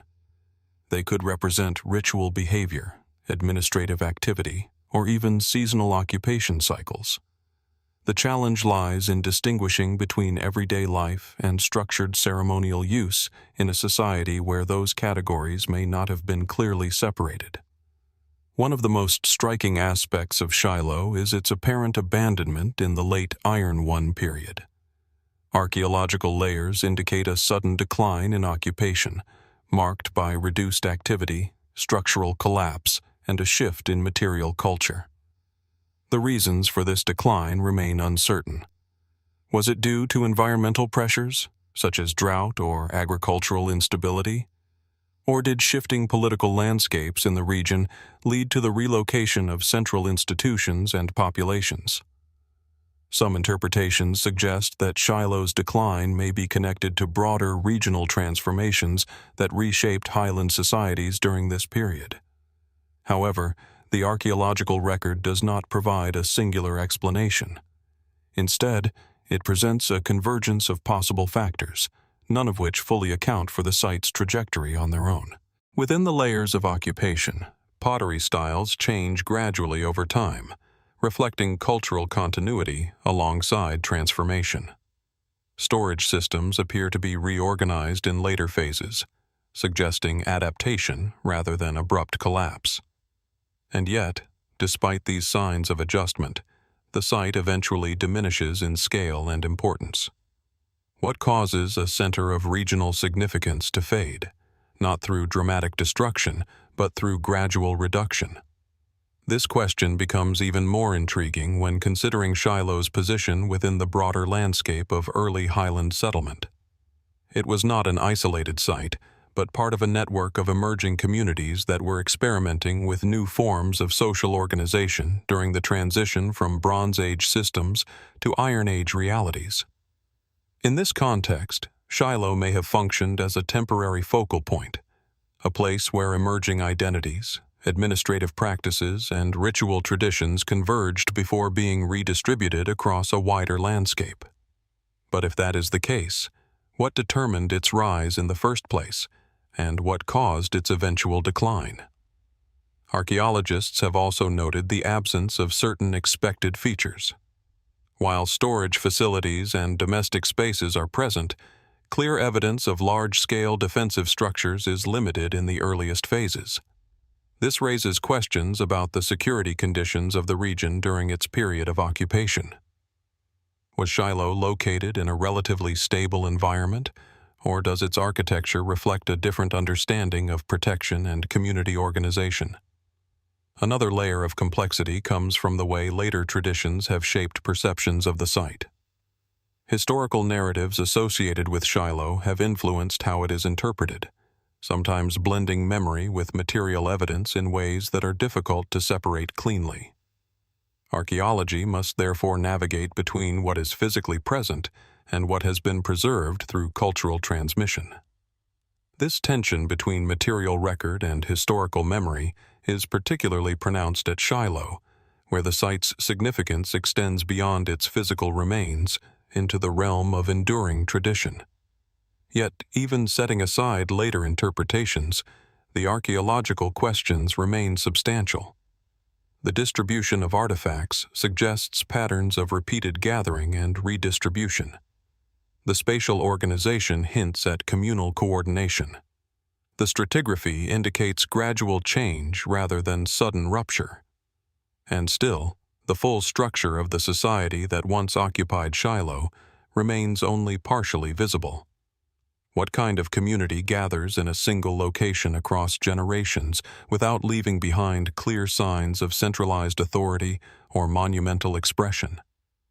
And how does such a place maintain its significance before eventually receding from prominence? As the sun moves across the highland hills today, Shiloh appears quiet, almost understated.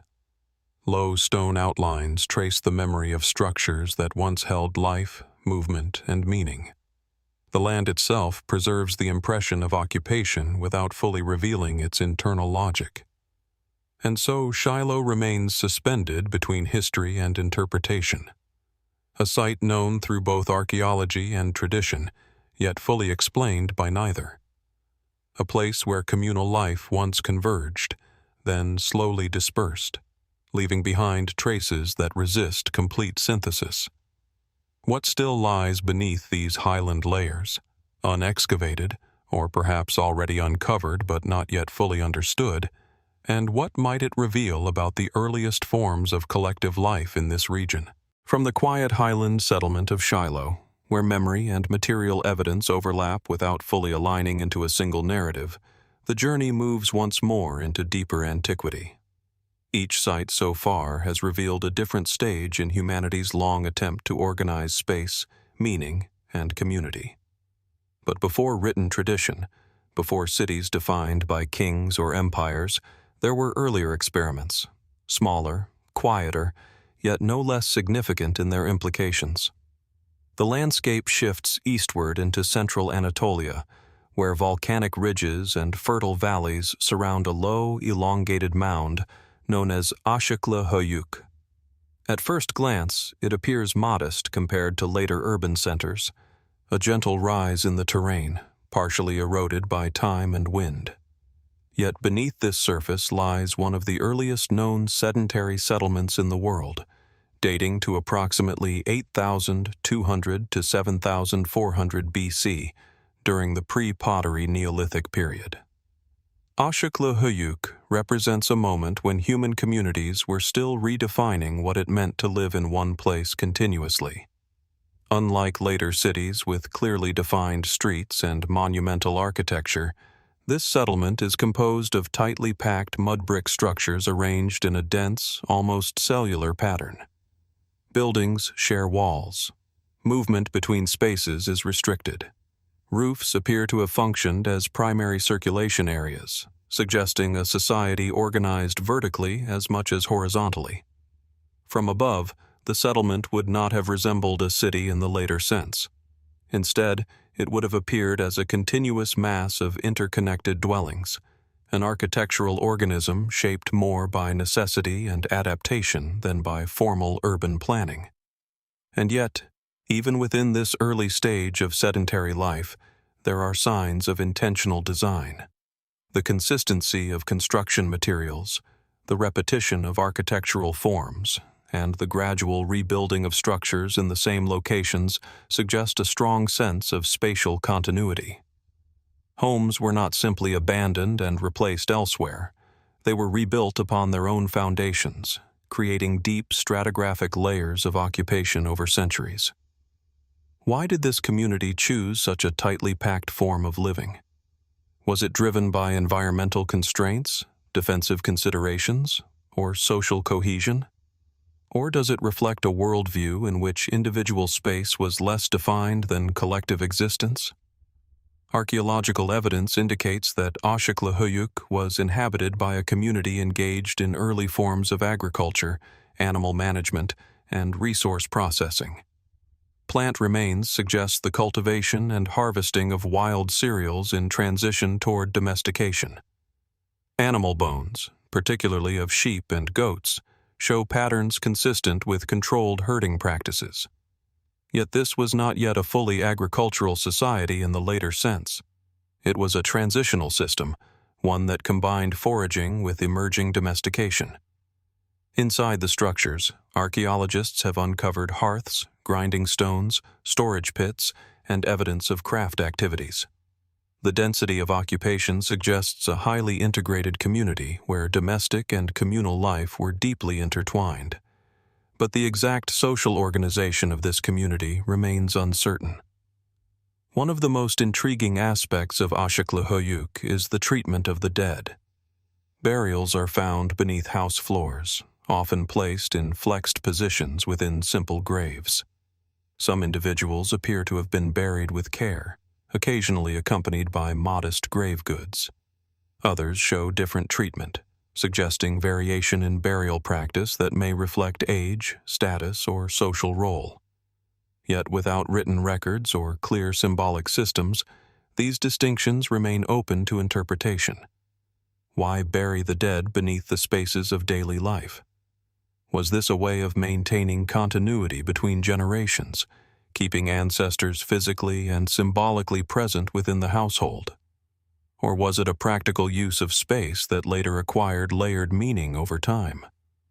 In some cases, houses appear to have been rebuilt directly over earlier burials, suggesting a deliberate connection between the living and the dead. This creates a landscape where life and memory are literally stacked upon one another, each generation inhabiting the physical remains of those who came before. And yet, even this continuity is not without complexity.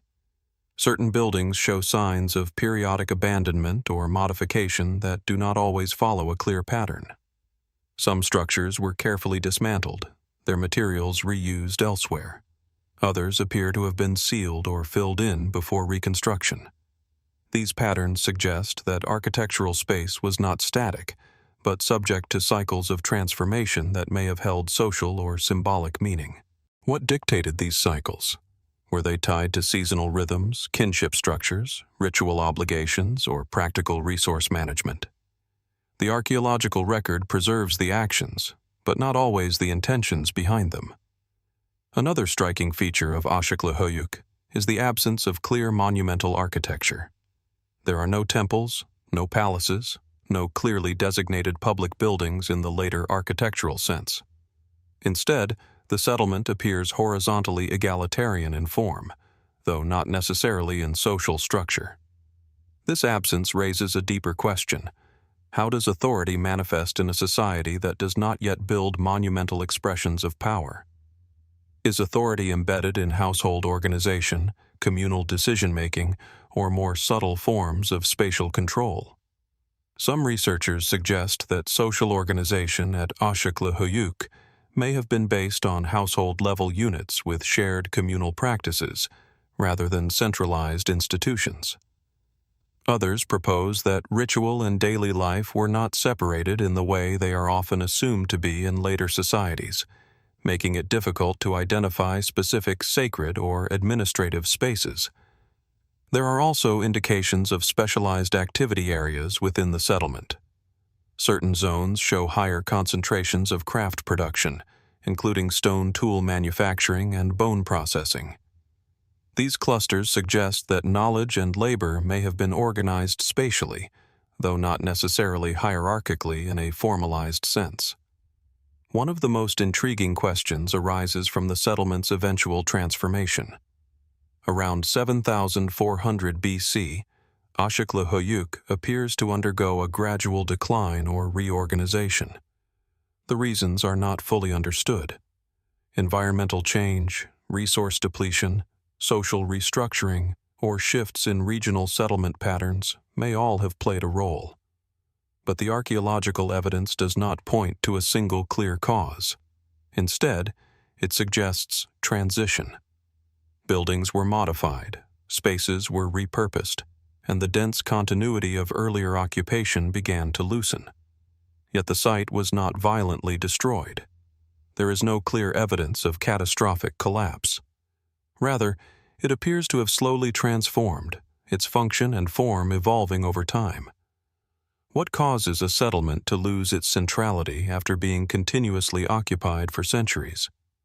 And how do communities decide to remain, adapt, or move away from places so deeply embedded in their history? Even today, as excavations continue, Aşıklı Höyük reveals more questions than answers. Its compact layers preserve not only architecture, but behavior, patterns of movement, habitation, and memory that are still being interpreted. Walking through the reconstructed sections of the site, one encounters walls that once formed homes, pathways that once guided daily movement, and floors beneath which generations were buried. It is a place where life and death are physically intertwined, where continuity is measured not in monuments, but in repetition. And so Aşıklı Höyük remains suspended in the earliest threshold of settled life. A settlement that captures a moment when humanity had begun to stay in place, but had not yet fully defined what permanence would mean. A place where architecture, memory, and identity were still being shaped in real time. What kind of society emerges when living space, burial space, and communal space are indistinguishable? And if Aşıklı Höyük represents one of humanity's earliest steps towards settled existence, how much of its social logic still remains beyond our reach, hidden beneath the earliest foundations of domestic life itself? From the dense, layered remains of Aşıklı Höyük, where early sedentary life first began to take architectural shape in tightly packed forms, the narrative moves forward into a place where that experiment in permanence reaches an even more complex expression. The slow emergence of settlement is no longer tentative here. It has become fully realized, yet still deeply unfamiliar in its logic. In the heart of central Anatolia, on the Konya Plain, lies the vast Neolithic settlement of Çatalhöyük. From a distance, it appears as a pair of low, broad mounds rising subtly from the flat landscape, shaped by thousands of years of accumulation. But beneath this quiet exterior lies one of the most intensively studied prehistoric settlements in the world, dating roughly between 7,500 and 5,700 BC. Çatalhöyük is often described as one of the earliest known examples of dense urban-like living, though it predates cities in the conventional sense. There are no streets in the traditional form, no open plazas dividing space into clear public and private zones. Instead, houses are built directly against one another, forming a continuous mass of rectangular dwellings. Movement through the settlement occurs primarily across rooftops, with access into homes made through openings in the ceilings. From above, it would have resembled a tightly woven fabric of domestic structures, with smoke drifting upward from rooftop vents and ladders descending into enclosed interior spaces. It is a settlement designed not around roads, but around roofs. And yet, despite its apparent density, Çatalhöyük does not conform easily to modern categories of urban life. Inside the houses, archaeology reveals a striking consistency in layout. Raised platforms, hearths, storage areas, and plastered walls appear in repeated configurations across hundreds of structures. These homes were not temporary shelters. They were maintained, rebuilt, and replastered over generations, often with layers of wall paintings and relief decorations accumulating over time. But why such uniformity? Was this architectural repetition the result of shared cultural norms, ritual prescriptions, or practical adaptation to environmental constraints? Or does it reflect a deeper social structure in which domestic space itself carried symbolic meaning beyond its functional use? One of the most distinctive features of Çatalhöyük is the presence of elaborate interior wall paintings and installations. Some depict geometric patterns, abstract forms, and scenes that have been interpreted as symbolic or narrative in nature. Others appear to represent landscapes, animals, or possibly ritual events. These images were not displayed in public spaces. They were enclosed within domestic interiors, suggesting that meaning was experienced privately or within household groups. What kind of society creates symbolic art that is never meant for public display? Beneath many of the house floors, archaeologists have uncovered burials. Like at Aşıklı Höyük, the dead were often placed beneath living spaces, reinforcing a physical and symbolic connection between ancestors and household life. Some individuals were buried with grave goods, including ornaments, tools, or animal remains. Others show different treatment, suggesting variation in social or ritual status. Over time, houses were rebuilt directly over older structures, preserving the continuity of occupation. This created a dense stratigraphy of life layered upon life, death beneath habitation, and memory embedded in architecture itself. And yet, despite this continuity, Çatalhöyük also shows signs of change that are not fully understood. Certain phases of the settlement reveal shifts in artistic expression, burial practices, and material culture. Wall paintings appear, disappear, and re-emerge in different forms. Animal symbolism, particularly related to bulls and other powerful fauna, appears repeatedly in plaster installations, sometimes in highly dramatic arrangements involving horns embedded into walls or platforms. What did these installations represent?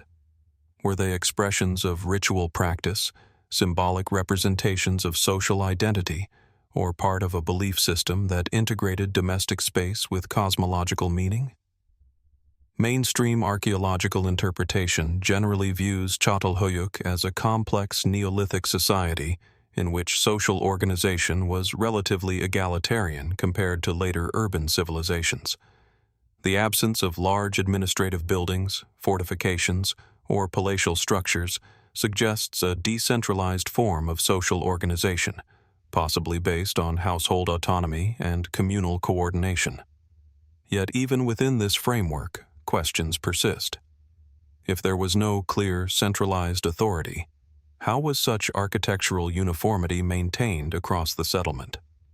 How were building practices coordinated over generations without visible signs of formal governance structures? Some researchers suggest that social cohesion may have been maintained through shared ritual practice embedded in domestic life itself. In this view, religion, economy, and daily activity were not separate spheres but deeply integrated aspects of household existence. Others propose that Çatalhöyük may represent a form of distributed urbanism, where coordination emerged not from hierarchy, but from long-term cultural continuity and shared tradition. Still, certain anomalies challenge simple explanations. The frequency of house rebuilding, the deliberate closure of certain structures, and the careful removal or repositioning of objects during reconstruction suggest that architectural change was not purely functional. In some cases, entire buildings were ritually abandoned before new ones were constructed atop them. Why this cycle of construction, closure, and renewal persisted for centuries remains partially unresolved. Even the settlement's eventual decline around 5700 BC is not fully explained. Archaeological evidence suggests a gradual reduction in occupation rather than sudden collapse. Environmental changes, resource pressures, or shifts in regional settlement patterns may have contributed, but no single factor fully accounts for the transformation. Was Çatalhöyük slowly abandoned, or did its inhabitants gradually reorganize their way of life into different settlement forms that have yet to be fully traced archaeologically? Another layer of mystery lies in the sensory experience of the settlement itself. Living in a city without streets, where movement occurs across rooftops and entry is made through ceilings, creates a radically different spatial perception than modern urban life. Smoke, sound, and light would have moved through the settlement in ways that are still being reconstructed experimentally by researchers. What does it mean to live in a world where the boundary between public and private is not horizontal, but vertical? Where the roof is a street and the floor is a threshold between life and ancestry? And then there is the question of meaning embedded in everyday life. At Çatalhöyük, symbolism does not appear separated into temples or monuments. Instead, it is woven into domestic environments. Walls become canvases, floors become burial grounds, architecture becomes memory. This integration challenges modern assumptions about how early societies distinguished between sacred and ordinary space. Some speculative interpretations suggest that Çatalhöyük may reflect a worldview in which identity was less individually defined and more collectively maintained through shared household and ancestral continuity.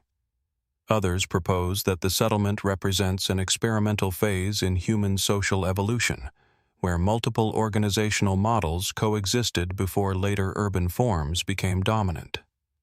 However, none of these interpretations fully resolves the complexity of the site. Even after decades of excavation, Çatalhöyük continues to produce new findings that complicate established narratives.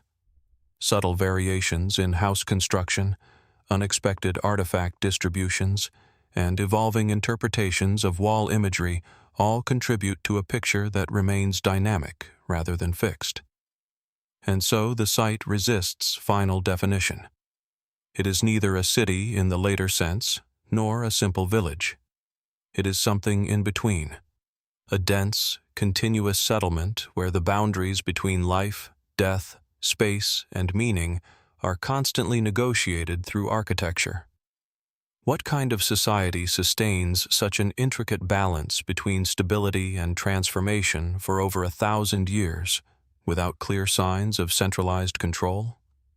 And if Çatalhöyük represents one of humanity's earliest large-scale experiments in dense communal living, how much of its underlying logic still lies beyond interpretation, preserved not in ruins alone, but in the unanswered structure of daily life itself? From the dense architectural memory of Çatalhöyük, where entire communities lived without streets and buried their dead beneath their floors, the narrative continues its slow movement outward, away from experimental domestic worlds and towards something more monumental, more formal, and yet still deeply enigmatic. Across the Anatolian plateau, the landscape begins to change again. The tightly packed Neolithic fabric gives way to broader horizons, where early states and complex societies begin to leave behind more structured and symbolic expressions of power. In the rolling terrain of modern-day Khorum province, where fertile valleys meet limestone ridges, rises the archaeological mound of Alaca Höyük. At first glance, it appears as a broad, quiet rise in the land, partially surrounded by agricultural fields and modern rural life. But beneath its surface lies one of the most important early centers of Anatolian civilization, with layers stretching back into the early Bronze Age and beyond, around the 3rd millennium BC and earlier. Alaca Höyük is often associated with the Hattitian and later Hittite cultural spheres, but its earliest phases remain among the most intriguing and least fully understood.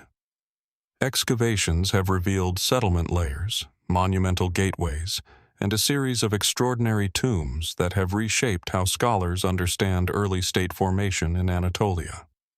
Yet even with decades of archaeological study, Alaca Höyük continues to resist complete interpretation. One of the most striking discoveries at the site is the group of richly furnished royal tombs, often attributed to the early Bronze Age elite. These graves contained an extraordinary array of artifacts: finely crafted metal weapons, ceremonial standards, gold and silver ornaments, bronze vessels, and intricately designed objects whose symbolic meanings are still being debated. Unlike simpler burials found at earlier Neolithic sites such as Beidha or Aşıklı Höyük, these tombs reflect a society in which hierarchy, wealth accumulation, and ritual display had become deeply embedded in social structure. The presence of elaborate grave goods suggests not only social stratification, but also a complex belief system surrounding death, authority, and possibly ancestral continuity. But what exactly do these tombs represent? Mainstream interpretations generally view them as elite burials belonging to a ruling class that controlled regional trade, agriculture, and ritual authority. The richness of the grave goods is understood as an expression of status, and possibly a belief in an afterlife where such objects would retain significance. In this reading, Alaca Höyük represents an early stage of state formation in central Anatolia, where emerging elites used ritual burial practices to legitimize their authority. However, even within this framework, uncertainties persist. The arrangement of objects within the tombs is highly structured. Standards, possibly ceremonial staffs topped with animal motifs, were placed in deliberate configurations. Animal symbolism appears frequently, especially bulls, deer, and solar-related imagery. These motifs suggest a symbolic system that extended beyond simple representations of wealth or status. What did these symbols mean to the people who created them? Were they markers of political authority, religious belief, or something more integrated, a worldview in which governance, cosmology, and ritual were inseparable? Another remarkable aspect of Alaca Höyük is the monumental gate structures discovered in later levels of the site, particularly associated with the Hittite period. These gates are flanked by large stone reliefs depicting sphinx-like figures and processional imagery. They suggest a city that was not only administratively significant, but also symbolically expressive, using architecture as a form of communication and control.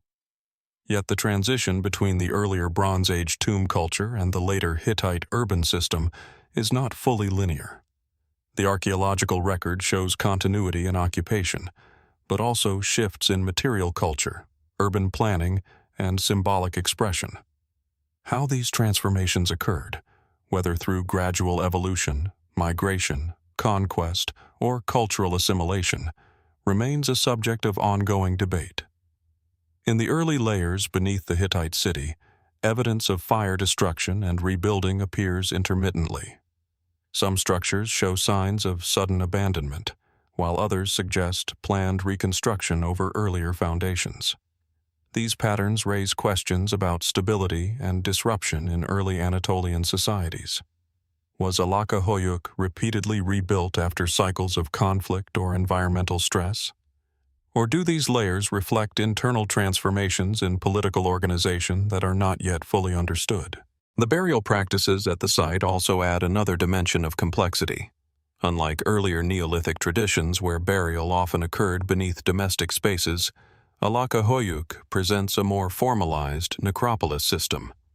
The separation between the living city and the burial grounds suggests a conceptual distinction between daily life and ritual commemoration. Yet even this distinction is not absolute. Some symbolic elements found in tombs echo motifs seen in settlement architecture, suggesting that the boundary between life and death, domestic and sacred, may still have been fluid in meaning. One of the most debated aspects of Alaca Höyük is the function of its metal objects.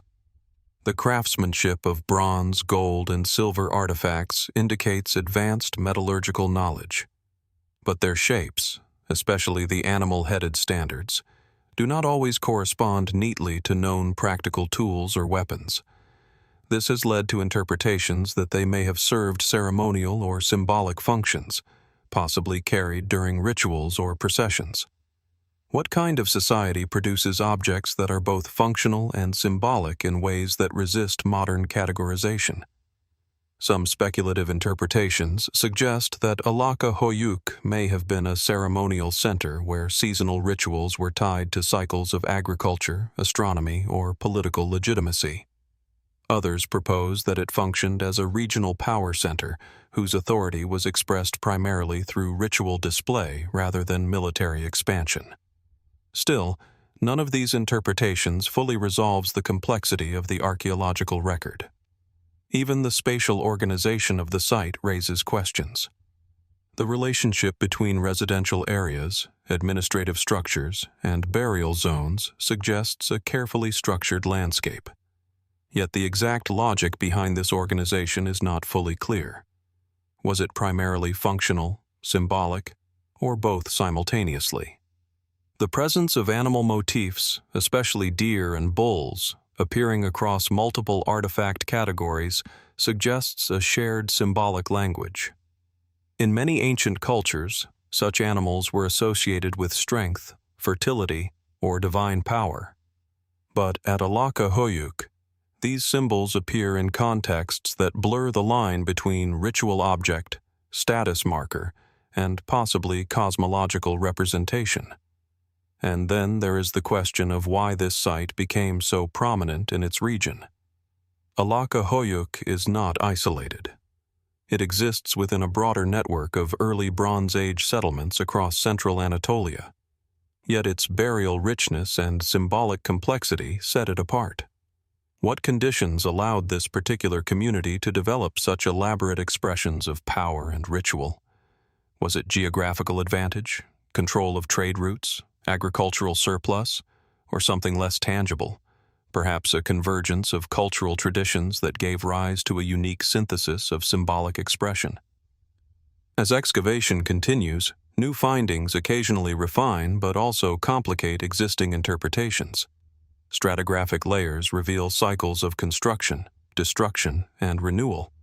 Artifacts appear in unexpected contexts, and each discovery adds detail without fully resolving the broader narrative. Even the meaning of royal tombs is itself debated. Were these truly individual rulers or collective burial spaces representing elite lineages or clans?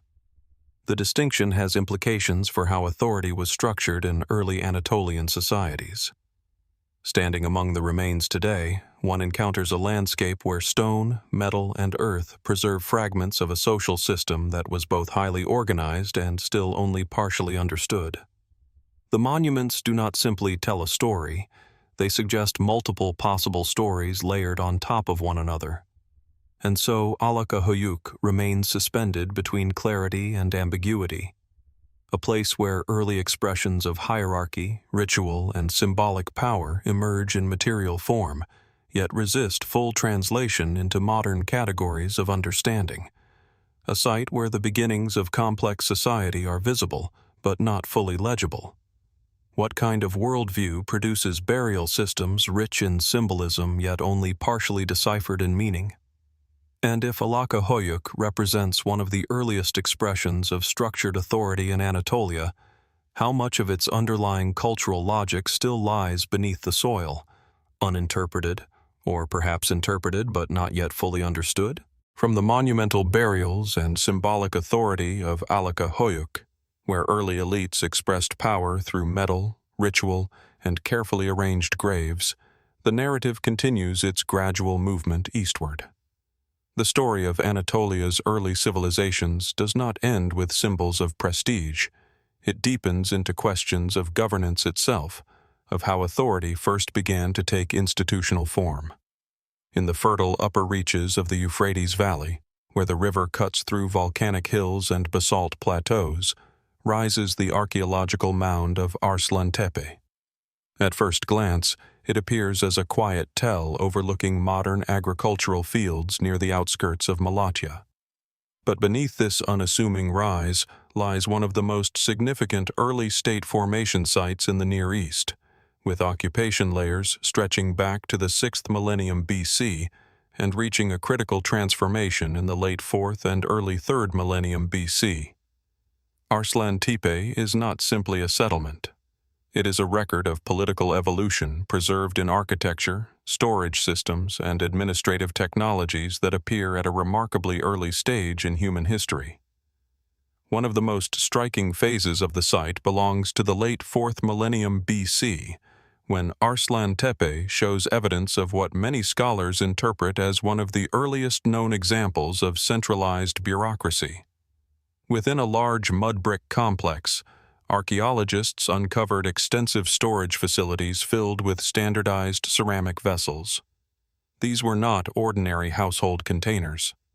They appear to have been part of a coordinated system for collecting, managing, and redistributing agricultural goods. Nearby, seal impressions and clay ceilings were discovered in large quantities. These were used to mark ownership, control access, and regulate storage, suggesting an administrative system that required documentation, authorization, and oversight. But what makes Arslantepe particularly compelling is not only the presence of these early bureaucratic tools, but the way they appear fully formed within the archaeological record. There is no gradual evolutionary sequence preserved on site that clearly shows the step-by-step emergence of administration. Instead, the system appears relatively suddenly in its complexity. Organized storage, standardized production, sealing practices, and large architectural complexes designed for centralized control. How does such a system emerge so fully articulated in one place? Mainstream archaeological interpretation suggests that Arslantepe represents an early experiment in state formation, possibly influenced by interactions with Mesopotamian administrative traditions. The site is often described as a proto-state center, where increasing agricultural surplus required new forms of organization, leading to the development of early bureaucratic structures. Yet even within this framework, uncertainties remain. The administrative complex at Arslantepe does not appear to be a palace in the later, fully developed sense. Nor is it a temple in the clearly defined religious sense found in later urban civilizations. Instead, it occupies an ambiguous space between economic, political, and possibly ritual functions. What kind of institution is neither fully sacred nor fully secular, neither purely economic nor entirely political? Within the same architectural layers, evidence of ceremonial activity appears alongside administrative tools. Carefully arranged rooms suggest controlled access. Certain spaces appear to have been used for storage and redistribution, while others may have been reserved for gatherings or formalized decision-making. The separation of space suggests hierarchy, but not in a form that is easily comparable to later empires. One of the most enigmatic discoveries at Arslantepe is the presence of elite weapon burials dating to slightly later phases of the site, around the early 3rd millennium BC. In one richly furnished tomb, archaeologists found finely crafted bronze swords and daggers, among the earliest known examples of such weapons in the world. These were not utilitarian tools alone. They were objects of status, craftsmanship, and possibly symbolic power. What does it mean when weapons become symbols, rather than merely instruments of violence? Does this reflect the emergence of a warrior elite, or a transformation in how authority itself was conceptualized? The architecture of Arslantepe's administrative complex further deepens the mystery. The layout is highly structured, with corridors leading to storage rooms, controlled entry points, and spaces that appear designed for oversight rather than habitation. The scale suggests coordinated planning, possibly involving a centralized authority capable of directing labor and resources. Yet there is no clear evidence of a permanent royal palace in the later sense. No monumental throne rooms, no overt ideological inscriptions declaring kingship. Instead, authority appears embedded in systems, storage, sealing, redistribution, rather than in monumental display. Was power here exercised through administration rather than spectacle? Another striking aspect of Arslantepe is its apparent transformation over time. The administrative complex eventually shows signs of destruction by fire around the late 4th millennium BC. Archaeologists have debated whether this destruction was the result of external invasion, internal revolt, or a systemic collapse of the early bureaucratic system itself. The burned layers preserve a frozen moment in time. Storage vessels remain in place. Ceilings lie scattered across floors. Administrative tools appear abandoned mid-use. It is as if the system ceased functioning abruptly. But the cause of this collapse remains unresolved. Was this the fall of one of the earliest administrative systems in human history? Or did it represent a transition toward new forms of political organization that have yet to be fully traced in the archaeological record? Following this destruction, Arslantepe is not abandoned entirely. Instead, it continues to be occupied in different forms, eventually becoming part of the broader cultural and political landscape of the region during the early Bronze Age and later periods. But the nature of its earlier centralized system appears not to return in the same form. Why do some innovations in governance appear only once, before dissolving or transforming into something unrecognizable? Some scholars propose that Arslantepe represents a unique and early experiment in centralized redistribution economies, where authority was rooted in control over agricultural surplus rather than hereditary monarchy or military conquest. Others suggest that it reflects a transitional hybrid system, combining communal traditions with emerging elite structures that were still unstable and experimental. There are also broader comparative questions. Arslantepe emerges within a wider pattern of early complex societies forming across the Near East during the late 4th millennium BC. Similar developments appear in Mesopotamia, suggesting parallel processes of state formation. But the exact relationship between these regions, whether through direct influence, shared networks, or independent innovation, remains open to interpretation. What is clear is that Arslantepe occupies a pivotal position in understanding how early administrative systems took shape. Yet what remains unclear is how such systems were experienced by the people who lived within them. Did they perceive this emerging bureaucracy as a form of order, control, or something else entirely? Were these systems seen as natural extensions of communal life, or as new and possibly disruptive structures imposed upon older social patterns? The archaeological record preserves the mechanisms of administration, but not the lived perception of it. Walking through the remains today, one encounters mud brick walls that once enclosed storage rooms, corridors that once regulated movement, and spaces that once concentrated agricultural surplus under centralized oversight. The silence of the site contrasts sharply with the complexity it once contained. And so Arslantepe remains suspended between emergence and collapse, a place where some of the earliest known administrative systems took form, yet where their origins and consequences are still only partially understood. A site where authority is visible not in kings alone, but in systems of storage, sealing, and distribution that hint at a new way of organizing human society.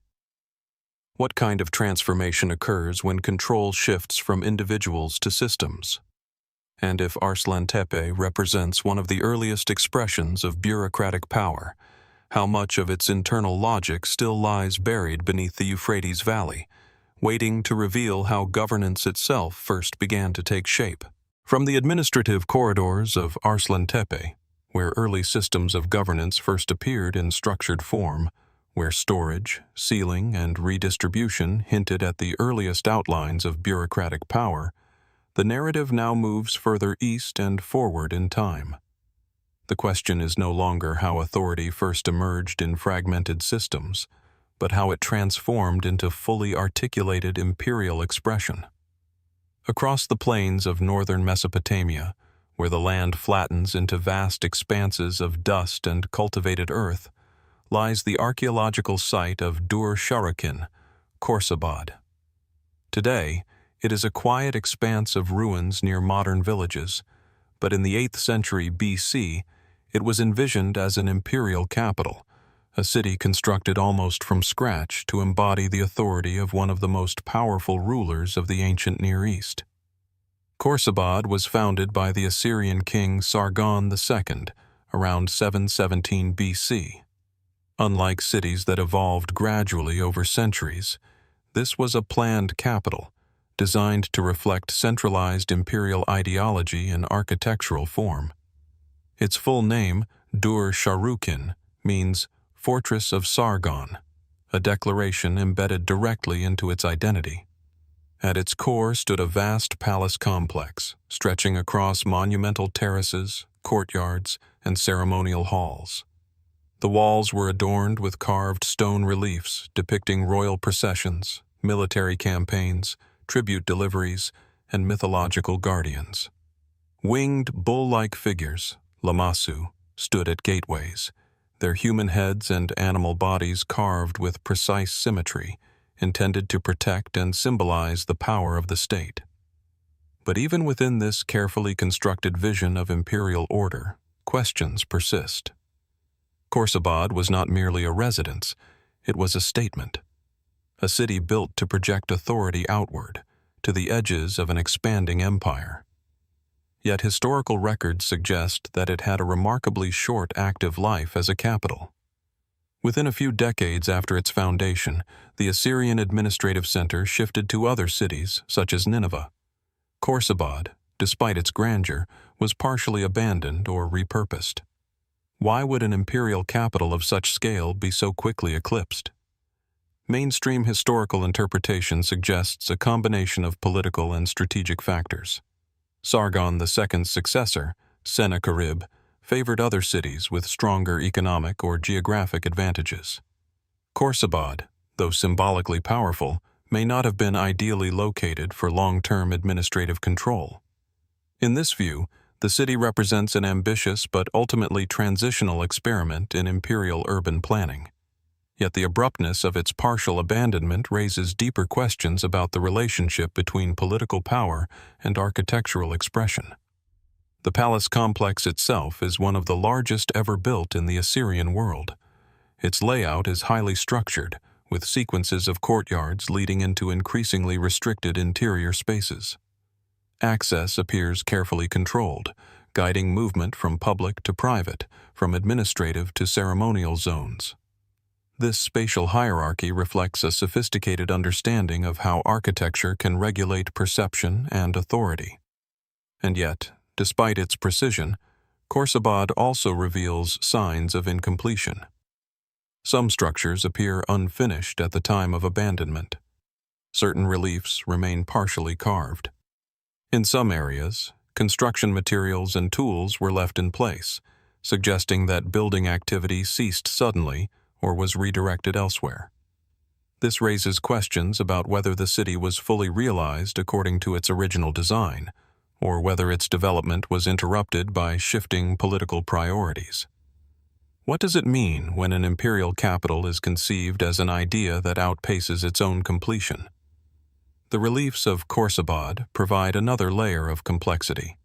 They depict not only military victories, but also detailed administrative scenes, tribute being brought from distant regions, goods being catalogued, and foreign delegations interacting with Assyrian officials. These images suggest an empire that understood itself through systems of control, communication, and display. Yet these same reliefs also raise interpretive challenges. The representation of distant lands and peoples is highly stylized, shaped by ideological frameworks rather than strict geographic accuracy. Foreign environments are compressed into symbolic imagery, where mountains, rivers, and cities become visual shorthand for imperial reach. What is shown is not only what was, but what power wished to be seen.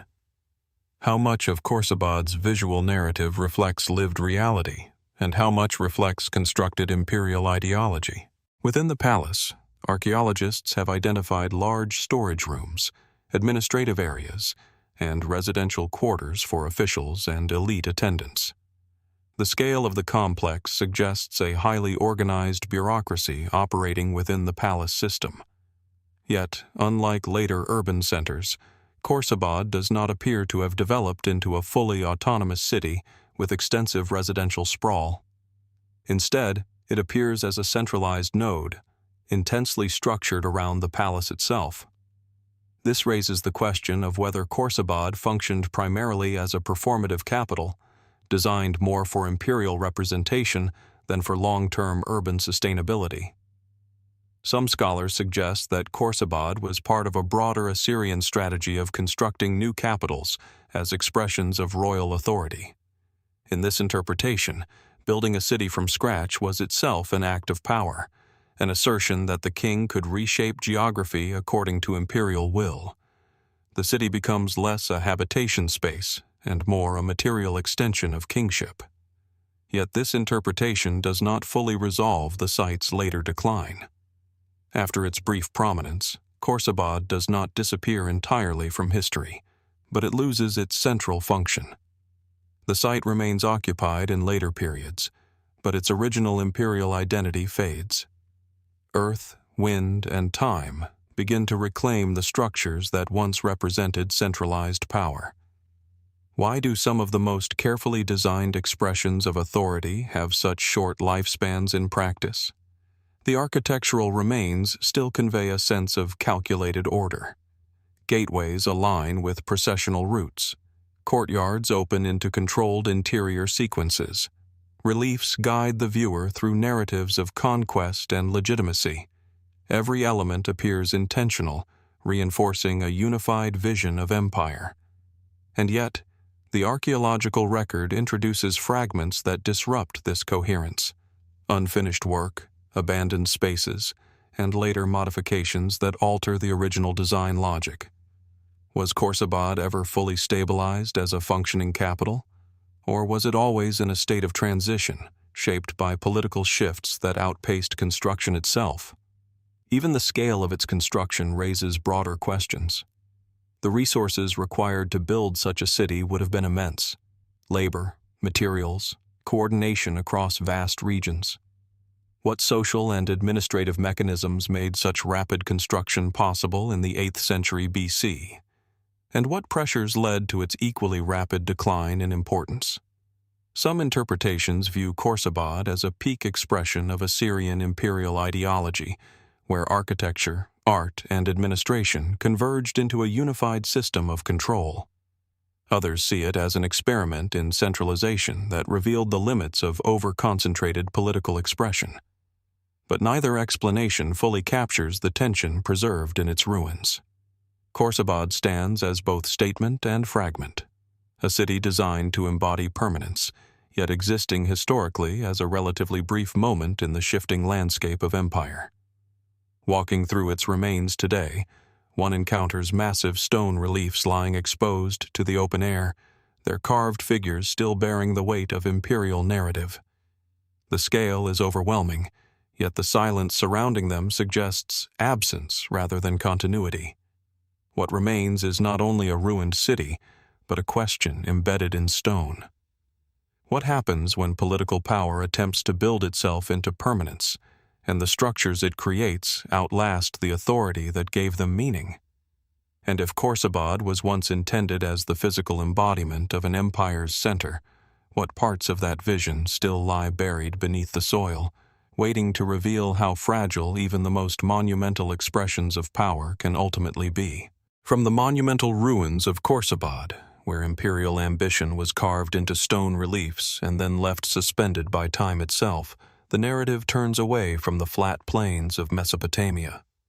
The idea of empire, its rise, its architecture, its sudden shifts in power, does not remain confined to one region. It echoes outward, following ancient routes into the highlands where mountains themselves become archives of memory. As the landscape rises into the rugged Zagros foothills of western Iran, cliffs emerge from the earth like pages of a vast stone chronicle.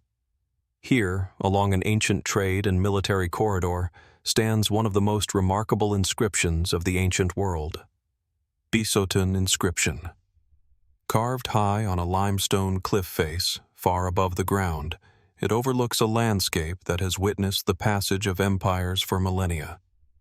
At first glance, the inscription appears almost inaccessible, cut deliberately into a sheer rock wall, positioned where it could be seen but not easily approached.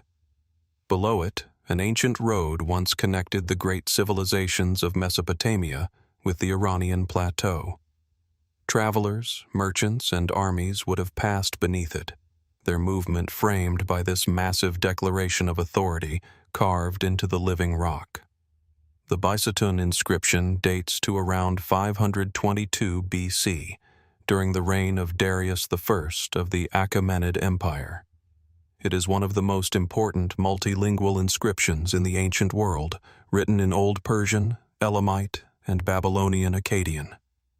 Accompanying the text is a monumental relief depicting Darius standing over a line of bound figures, rebels who had challenged his authority during a turbulent period of succession. In the inscription, Darius narrates his rise to power, the suppression of revolts across the empire, and the divine legitimacy he claims to uphold through the favor of Ahura Mazda. It is at once a political document, a historical record, and an ideological statement carved directly into the landscape. But unlike many written records preserved on clay tablets or papyrus, Bisotun is not hidden in archives. It is exposed, monumental, and deliberately placed in a location where geography itself becomes part of the message. Why carve such an extensive political narrative into a cliff face visible along a major route of movement? What kind of communication is intended when writing is transformed into landscape-scale architecture? Mainstream historical interpretation understands Bisotun as a foundational text of imperial propaganda and historical documentation. It provides one of the most detailed accounts of early Achaemenid consolidation and has been crucial in deciphering cuneiform scripts, much like the Rosetta Stone in Egypt. Scholars view it as a carefully constructed narrative designed to legitimize Darius's rule after a period of political instability following the death of Cambyses II. Yet even within this well-established framework, layers of complexity remain.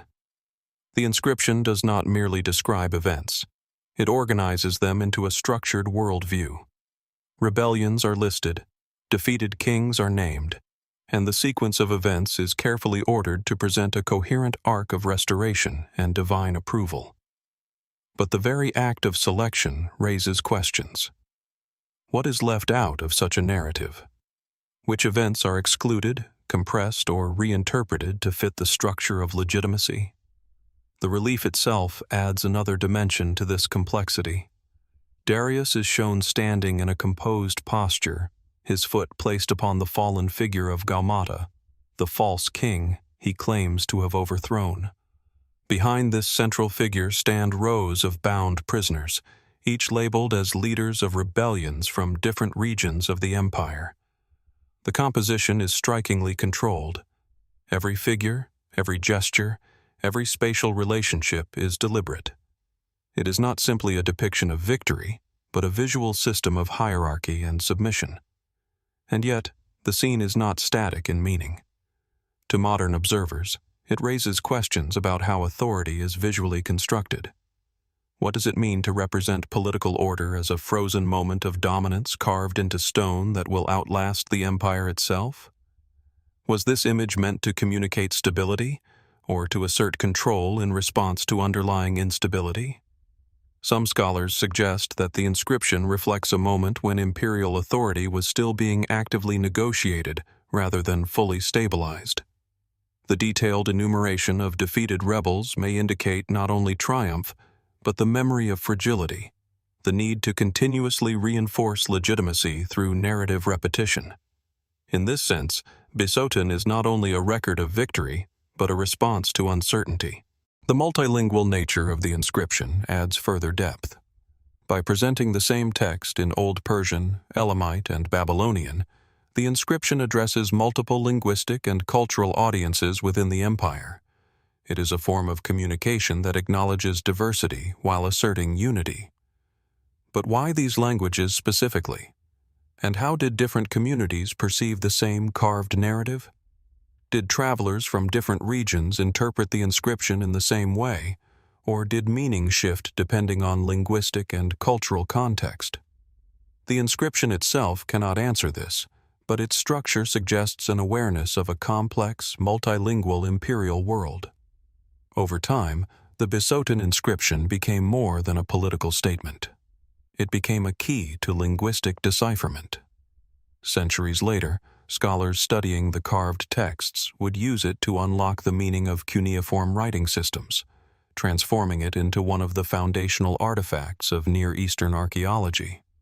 Yet this later role was never part of its original intention. This transformation raises an intriguing question. How often do ancient inscriptions outgrow the meanings assigned to them by their creators? And how does an object shift from political declaration to historical key without changing its physical form? The location of Bisotun itself adds another layer of significance. The cliff face is not randomly chosen. It stands near a major transit route that has been used since antiquity, connecting Mesopotamia with the Iranian plateau and beyond. This means the inscription was positioned within a landscape of movement, where armies, merchants, and travelers would repeatedly pass beneath it. Was this repetition intentional? Was the inscription meant to be seen not once, but continuously, embedding its message into the lived experience of movement across the landscape? Some interpretations suggest that Bisotun functions not only as a political text, but as a spatial experience of authority. The act of traveling beneath it may have reinforced imperial presence in a way that extended beyond reading or writing. Authority here is not confined to text. It is embedded in geography itself. Yet even this interpretation does not resolve all aspects of its mystery. The sheer scale of the carving, the precision of its execution, and its placement in a difficult and elevated location suggest an enormous investment of labor and coordination. How were such large-scale inscriptions constructed with the tools and technologies of the 6th century BC? And what social systems enabled this level of organization? Archaeological and historical evidence provides partial answers, pointing to imperial administrative capacity and skilled craftsmanship.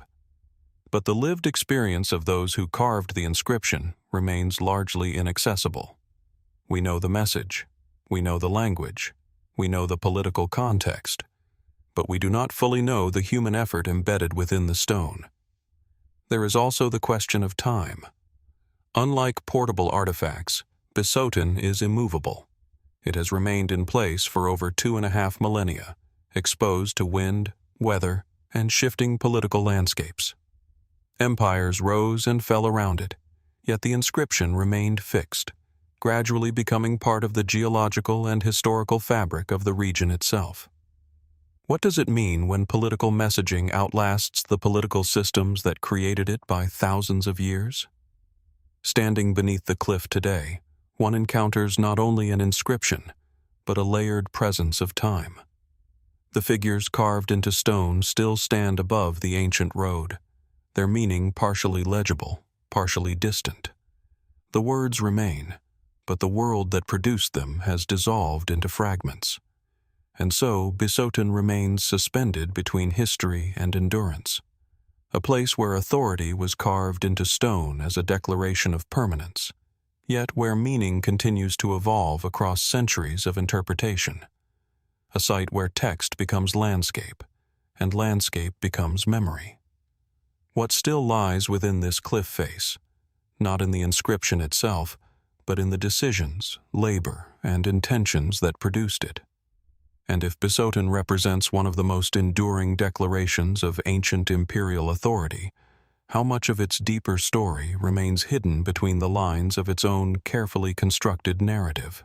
From the towering cliff inscription of Bisotun, where imperial authority was carved into stone and broadcast across a moving landscape of travelers and armies, the narrative shifts once again, this time away from the great land empires of the Near East and toward the Atlantic edge of prehistoric Europe. The scale changes, but the mystery does not diminish. Instead, it becomes quieter, more enclosed, and perhaps even more intricate in its symbolism. Across the rugged coastline of Brittany in northwestern France, where the sea constantly reshapes the shoreline and tides carve new boundaries between land and water, lies the small island of Gavrinis Cairn. At first glance, it appears as a modest, grass-covered mound rising above the Gulf of Morbihan. There are no towering structures, no visible monuments announcing its significance. Only a low, rounded hill surrounded by water and wind. And yet beneath this seemingly unremarkable surface lies one of the most extraordinary Neolithic monuments in Europe. Gavrinis is a passage tomb, constructed around 3500 BC during the Neolithic period. It belongs to a broader cultural landscape of megalithic builders who shaped stone into enduring architectural forms across Atlantic Europe, sites that include dolmens, menhirs, and chambered cairns stretching from Ireland to Iberia. But Gavrinis stands apart for the extraordinary complexity and preservation of its internal structure. To enter the cairn is to leave behind the open air and descend into a narrow, carefully constructed passage of massive stones. The corridor is long and constricted, lined on both sides by upright slabs that support a carefully corbelled structure above. At the end of this passage lies a central chamber, covered by a circular mound of earth and stone that has remained largely intact for more than 5,000 years. But what immediately distinguishes Gavrinis is not only its architecture, it is the surface of the stones themselves. Nearly every slab lining the passage is covered in intricate carvings. Spirals, concentric circles, axe-like shapes, serpentine lines, and abstract geometric motifs cover the stone surfaces in dense compositions. These carvings are not random. They are deliberate, carefully executed, and repeated across multiple stones in ways that suggest a shared symbolic system.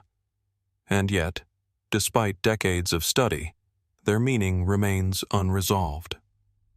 What kind of society invests immense labor into carving abstract patterns into the hidden interior of a tomb that is never meant to be seen in full daylight? And why does so much of this symbolic language remain resistant to clear interpretation? Mainstream archaeological interpretation understands Gavrinis as a funerary monument belonging to a Neolithic elite or ritual community. The cairn likely served as a collective burial space, possibly associated with ancestor veneration or cosmological beliefs tied to death, rebirth, and the cycles of nature. The effort required to transport massive stones, construct the passage, and carve the interior suggests a highly organized community with shared symbolic and ritual frameworks. Yet even within this interpretation, many aspects remain unclear. The carvings inside Gavrinis are not uniform decorations. They appear layered, with some motifs overlapping others, suggesting that the stones may have been reused from earlier structures. In fact, geological analysis has shown that some of the decorated slabs originally came from other monuments, later incorporated into Gavrinis during its construction.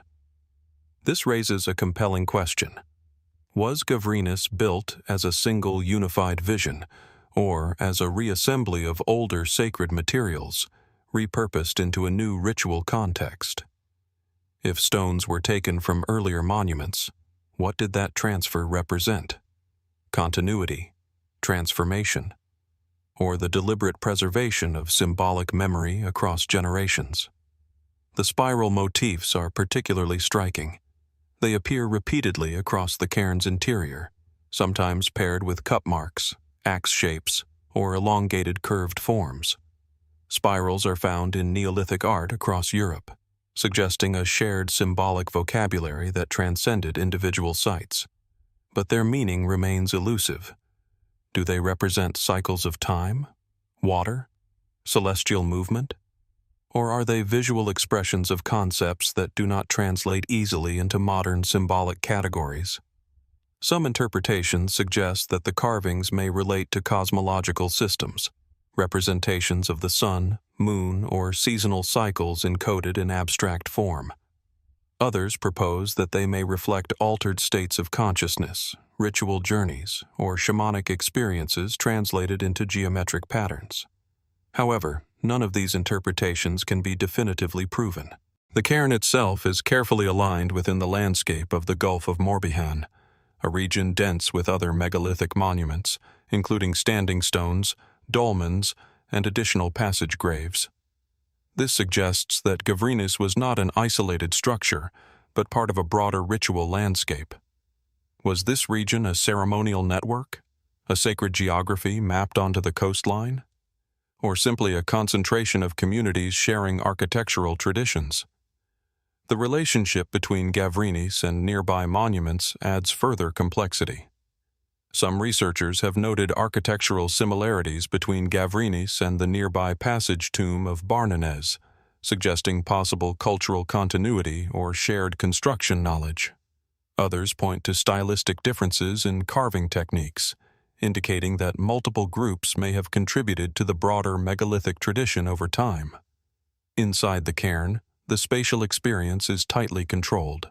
The passage is narrow, forcing a single-direction movement toward the central chamber. Light enters only from the entrance, creating a gradual transition from brightness to darkness as one moves inward. The chamber itself is enclosed, almost womb-like in its geometry. What kind of ritual experience was designed through this architecture? Was movement through the passage meant to symbolize transition, perhaps from life to death, or from one state of being to another? The acoustics of the chamber add another layer of intrigue. Sound behaves differently within the enclosed stone space, amplifying certain frequencies while dampening others. Some researchers have suggested that such spaces may have been used for ritual sound practices, where chanting, drumming, or vocalization played a role in shaping the experience of the space.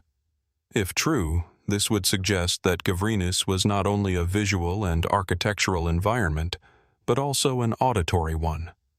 Yet no direct evidence survives to confirm the exact nature of these activities. The passage of time has also transformed the monument's relationship to its surroundings. When it was constructed, Gavrinis would likely have been inland or part of a more connected landmass. Today, it sits on a small island, separated by water from the mainland. Rising sea levels since the Neolithic period have reshaped the landscape, altering the monument's original context. How much of its meaning depends on a landscape that no longer exists? The carvings inside the cairn are also subject to interpretation through time. Weathering has softened some lines, while others remain sharply visible. Different angles of light reveal different aspects of the engravings, suggesting that visibility itself may have been part of the monument's intended effect. Was the meaning of these carvings meant to be stable, or was it designed to shift depending on perspective, light, and movement? Some speculative interpretations suggest that Gavrinis may represent a form of early symbolic mapping, not of physical geography, but of cosmological or social knowledge. In this view, the cairn functions as a repository of encoded meaning, accessible only through specific pathways and experiences. Others suggest that it may represent ancestral memory encoded in stone, where each carved slab carries fragments of stories, identities, or cosmological beliefs passed down across generations. However, the absence of written language means that all interpretations remain provisional. What we are left with is form without translation, structure without explicit explanation, and symbolism without agreed meaning. And yet, the monument persists. Standing outside Gavrinis today, one sees only a low grassy mound rising gently from the island's surface. There is nothing to suggest the complexity beneath. But inside, the carved stones remain, holding patterns that predate written history itself. The question is not only what these carvings mean, but why meaning itself was embedded so deeply into hidden architecture. What kind of worldview creates knowledge systems that are never meant for public display, yet are constructed with extraordinary care and permanence? And if Gavrinis represents one of the most refined expressions of Neolithic symbolic architecture, how much of its internal logic still lies concealed within the stone itself, waiting, not for discovery, but for interpretation that may never fully arrive? From the carved passageways of Gavrinis, where meaning is embedded in spirals of stone and light, transforms ancient symbols depending on time and perspective, the narrative shifts once again. The Atlantic winds fade, replaced by a warmer, heavier silence carried inland across the Mediterranean. Here, landscapes do not dissolve into mist and sea, but into limestone cliffs, ravines, and dry riverbeds that cut deeply into the earth. On the southeastern edge of Sicily, where the Anapo and Calcinara rivers carve dramatic gorges through the plateau, lies the vast prehistoric burial landscape of Pantalica Necropolis. At first glance, the site appears almost natural. Sheer rock faces riddled with hundreds, even thousands, of cave-like openings scattered across the cliffs. From a distance, they resemble natural erosion. Only upon closer inspection does their human origin become unmistakable. These are not caves formed by water or wind. They are tombs. Pantalica is one of the largest and most complex necropolises in the Mediterranean, with over 5,000 rock-cut chamber tombs carved into limestone between roughly the 13th and 7th centuries BC. It represents a long continuum of burial practices spanning the late Bronze Age into the early Iron Age, a period marked by profound social transformations across Sicily and the wider Mediterranean world. And yet, despite its scale, Pantalica does not present itself as a single unified architectural project. Instead, it unfolds as a sprawling, fragmented network of burial spaces distributed across cliffs, ravines, and plateaus, suggesting a long and evolving relationship between the living and the dead, rather than a single moment of construction. What compels a community to carve thousands of tombs into nearly inaccessible cliff faces, often in locations that require significant effort to reach? Mainstream archaeological interpretation understands Pantalica as a shifting necropolis associated with successive local cultures, including the Sicilian Bronze Age societies and later proto-historic communities. The tombs are typically interpreted as family or communal burial chambers, reused over generations. Their distribution across the landscape suggests that burial was not centralized in a single sacred space, but embedded into the natural topography itself. The cliffs become archives, the ravines become memory. Yet even within this framework, Pantalica resists simple interpretation. The tombs vary in size, shape, and complexity. Some are simple oval chambers carved directly into the rock, while others are more elaborate, featuring multiple rooms, benches, and carved entrances. This variation suggests differences in social status, family structures, or ritual practices. But the criteria governing these differences are not fully understood. What determined who was buried in more elaborate chambers versus simpler ones? Was it wealth, lineage, occupation, or something more symbolic that is no longer visible in the archaeological record? Inside many of the tombs, archaeologists have found traces of funerary goods, ceramic vessels, tools, ornaments, and personal items placed alongside the dead. These offerings suggest beliefs in an afterlife or continued existence beyond death, where material objects retained significance. But the pattern of deposition is not always consistent. Some tombs contain rich assemblages, while others are nearly empty. Some appear to have been reopened and reused multiple times, while others show signs of being sealed and left untouched. This variability raises questions about how death itself was understood.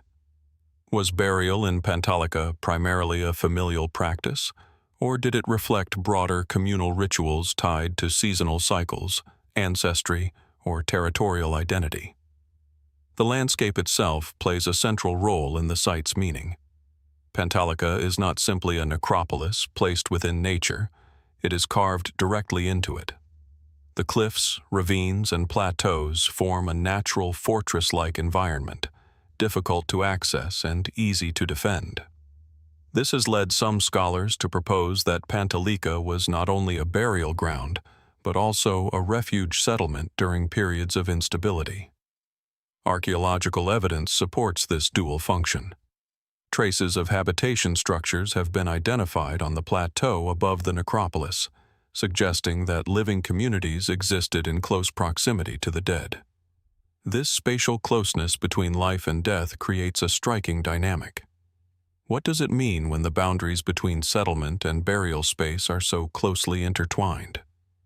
In many ancient cultures, separation between the world of the living and the dead is carefully maintained. Yet at Pantalica, this boundary appears porous. The dead are embedded into the cliffs that surround the living spaces, forming a continuous presence within the landscape. Was this proximity symbolic, protective, or practical? Or did it reflect a worldview in which ancestors remained physically and spiritually integrated into daily life? Some researchers suggest that the necropolis may have functioned as a territorial marker, visually asserting the presence and continuity of communities across generations. The sheer visibility of the cliff tombs, stretching across vast stretches of rock face, would have created a powerful visual statement of occupation and memory. Others propose a more ritual interpretation, in which the cliffs themselves were considered sacred thresholds between worlds.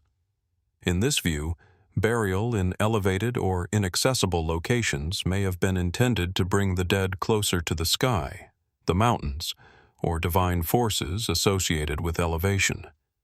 But no single interpretation fully captures the complexity of the site. One of the most intriguing aspects of Pantalica is its long duration of use. Over several centuries, burial practices evolve gradually rather than abruptly.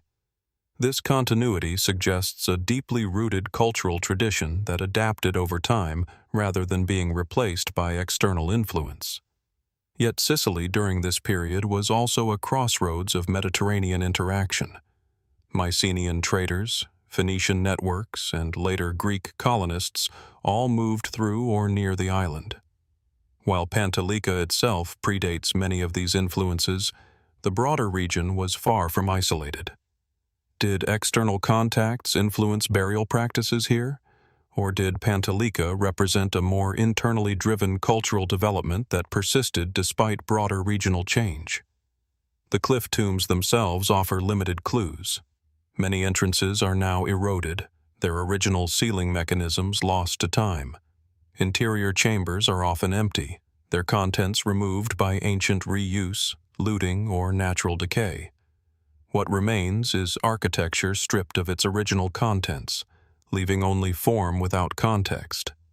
And yet, the form itself is powerful. The repetition of carved entrances across vast cliff faces creates a rhythmic visual pattern, almost like a written language inscribed into the landscape. But unlike writing, this system cannot be directly translated. It communicates presence, but not explicit meaning. Was this repetition intended to normalize death as part of everyday landscape? Or did it serve a more complex ritual function that is no longer accessible through material remains alone? In some areas of the necropolis, tombs are arranged in clusters, suggesting family or lineage groupings. In others, they are scattered irregularly, following the contours of the rock rather than any visible social logic. This tension between order and irregularity mirrors the broader ambiguity of the site. Pantalica does not present a single system. It presents a long accumulation of practices layered across time. Walking through the gorge today, one encounters silence broken only by wind and water moving through the ravine below. The tombs remain suspended in the cliffs, dark openings that once contained generations of human lives and deaths. From a distance, they resemble eyes embedded in stone, watching without movement. What kind of relationship develops between a community and its dead when burial is not hidden beneath the earth, but displayed across the visible face of the landscape? And if Pantalica represents one of the most extensive expressions of cliffside burial architecture in the Mediterranean, how much of its cultural logic still remains encoded in the rock itself, waiting not to be discovered, but to be understood in ways that may no longer align with modern categories of life, death, and memory? And from the cliff-carved necropolis of Pantalica, where generations of the dead were etched directly into limestone ravines, the narrative shifts across oceans and continents. The Mediterranean fades behind, and the story moves into an entirely different landscape of stone, one shaped not by cliffs and sea winds, but by high desert plateaus, vast skies, and deep sandstone canyons. In the Four Corners region of the modern United States, where the states of Colorado, New Mexico, Utah, and Arizona meet, rises the expansive mesa country of the American Southwest. Among its most striking archaeological landscapes is the ancient cliff-dwelling complex of Mesa Verde National Park. Here, the cliffs are not just geological formations. They are vertical archives of human adaptation, memory, and disappearance. At first glance, the region appears austere. A high, semi-arid plateau stretches across miles of mesa tops, interrupted by deep sandstone canyons carved by time and seasonal water. But along the canyon walls, tucked beneath natural overhangs and alcoves, something unexpected emerges. Entire villages built into the stone itself. These are the ancestral dwellings of the ancestral Puebloan peoples, constructed primarily between approximately 600 and 1300 AD. The most famous structures, such as Cliff Palace and Balcony House, are architectural complexes built from sandstone blocks, mortar, and timber beams, carefully fitted into natural alcoves high above the canyon floor. The impression is immediate and disorienting. These are not ground-level settlements. They are suspended communities, built into vertical cliffs, accessible only by climbing steep paths or ladders, overlooking vast and silent canyons below. Why build entire communities in such difficult, elevated locations? Mainstream archaeological interpretation suggests that Mesa Verde represents a strategic adaptation to environmental and social pressures. Over time, shifting climate conditions, including prolonged droughts, may have made mesa-top agriculture increasingly difficult. Moving into cliff alcoves offered protection from weather extremes, as well as potential defensive advantages during periods of regional tension. In this view, the cliff dwellings are practical solutions to environmental change, ingenious architectural responses to survival in a challenging landscape. Yet even within this explanation, many questions remain open. The scale and organization of these cliff communities suggest more than simple refuge. Some sites contain dozens of interconnected rooms, kivas, subterranean ceremonial chambers, storage spaces, and complex multi-story structures. The construction required careful planning, coordination, and sustained communal effort over generations. This raises a deeper question.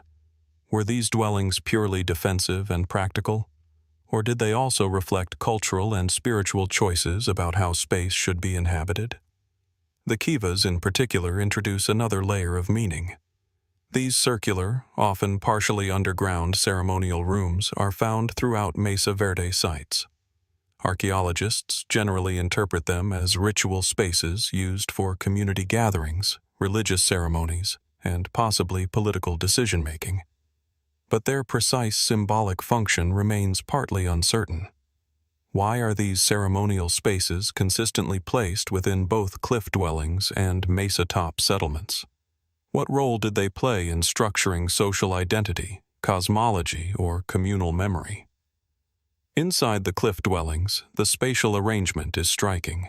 Rooms are tightly clustered, connected by narrow passages, ladders, and handholds carved directly into stone. Movement through the sites is vertical as much as horizontal, requiring physical navigation across multiple levels. This vertical architecture creates a different experience of space, one that constantly shifts perspective between enclosure and exposure. What kind of social life develops in a community where movement is constrained by cliffs, ladders, and narrow passages carved into stone? Some researchers suggest that this spatial design reflects not only practical adaptation, but also cultural meaning embedded in architecture. The act of climbing into living spaces may have carried symbolic significance, perhaps associated with ascent, transition, or separation from the outside world. Others propose that the vertical arrangement reinforced social structure, with certain rooms or levels reserved for specific groups or functions. Yet there is no single interpretation that fully explains the complexity of the layout. One of the most enduring questions surrounding Mesa Verde is not only why people built here, but why they eventually left. By the late 13th century AD, the major cliff dwellings appear to have been gradually abandoned. Archaeological evidence suggests a combination of prolonged drought, resource stress, and possible social disruption. The population seems to have migrated south and east toward other regions, eventually integrating into descendant Pueblo communities still present today. But the process of abandonment is not fully understood. Was it a gradual, coordinated migration, or a series of staggered departures over time? Did environmental pressures alone drive this movement, or were there additional social or cultural factors at play? The cliff dwellings show signs of careful closure in some cases, rooms partially sealed, objects left behind, pathways gradually becoming unused. In other areas, evidence suggests more abrupt departure. This mixture of patterns complicates any simple narrative of collapse or migration. What remains unclear is how people experienced this transition. Was leaving Mesa Verde understood as loss, adaptation, or transformation? Did the cliffs hold sacred significance that influenced the timing or manner of departure? The archaeological record preserves structures, tools, pottery, and architectural layouts, but it does not preserve emotional experience. And so the silence of abandonment remains one of the most powerful aspects of the site. Standing within Cliff Palace today, one sees a complex interplay of stone walls, wooden beams reconstructed through archaeological interpretation, and the vast canyon beyond. The scale is both intimate and monumental. Rooms cluster together like fragments of a larger social organism embedded in the cliff face. The natural alcove above protects the site from rain and sun, but also isolates it visually from the plateau above. From below, the dwellings appear hidden. From above, they are almost invisible unless known in advance. Was this concealment intentional, or simply a byproduct of environmental adaptation? Some interpretations suggest that visibility itself played a role in how these communities understood their place in the landscape. Living within the cliffs may have created a sense of separation between everyday life and the open mesa above, a division between enclosed community space and expansive external world. Others suggest that the dwellings reflect a broader cosmological framework in which vertical space, above, below, and within the earth, carried symbolic meaning tied to origin stories and spiritual beliefs. However, without written records, these interpretations remain partial reconstructions. The material remains of Mesa Verde provide structure, but not explicit narrative. They show how people built, but not always why they chose one form of life over another. And yet, the precision of construction, the consistency of architectural features, and the integration with natural formations all suggest that these were not improvised shelters. They were carefully planned environments shaped by shared knowledge, tradition, and belief systems that extended across generations. What kind of cultural memory is required to sustain architectural traditions in such extreme environments over centuries? Today, the cliff dwellings stand as both archaeological sites and protected heritage landscapes. Wind moves through empty rooms. Light shifts across sandstone walls. The ladders used for modern access echo ancient pathways that once connected homes, ceremonial spaces, and storage rooms. But even with extensive study, excavation, and interpretation, many aspects of Mesa Verde remain unresolved. We can trace construction techniques. We can map settlement patterns. We can reconstruct environmental conditions. But the internal logic that shaped the decision to live in cliffs, and later to leave them, remains only partially accessible. What kind of worldview produces cities suspended in stone like this? Communities embedded in cliffs, balancing between exposure and shelter, permanence and movement. And if Mesa Verde represents one of the most extraordinary examples of cliff-based civilization in the ancient world, how much of its deeper meaning still lies within the silent geometry of its walls, waiting not for discovery, but for understanding that may never fully arrive?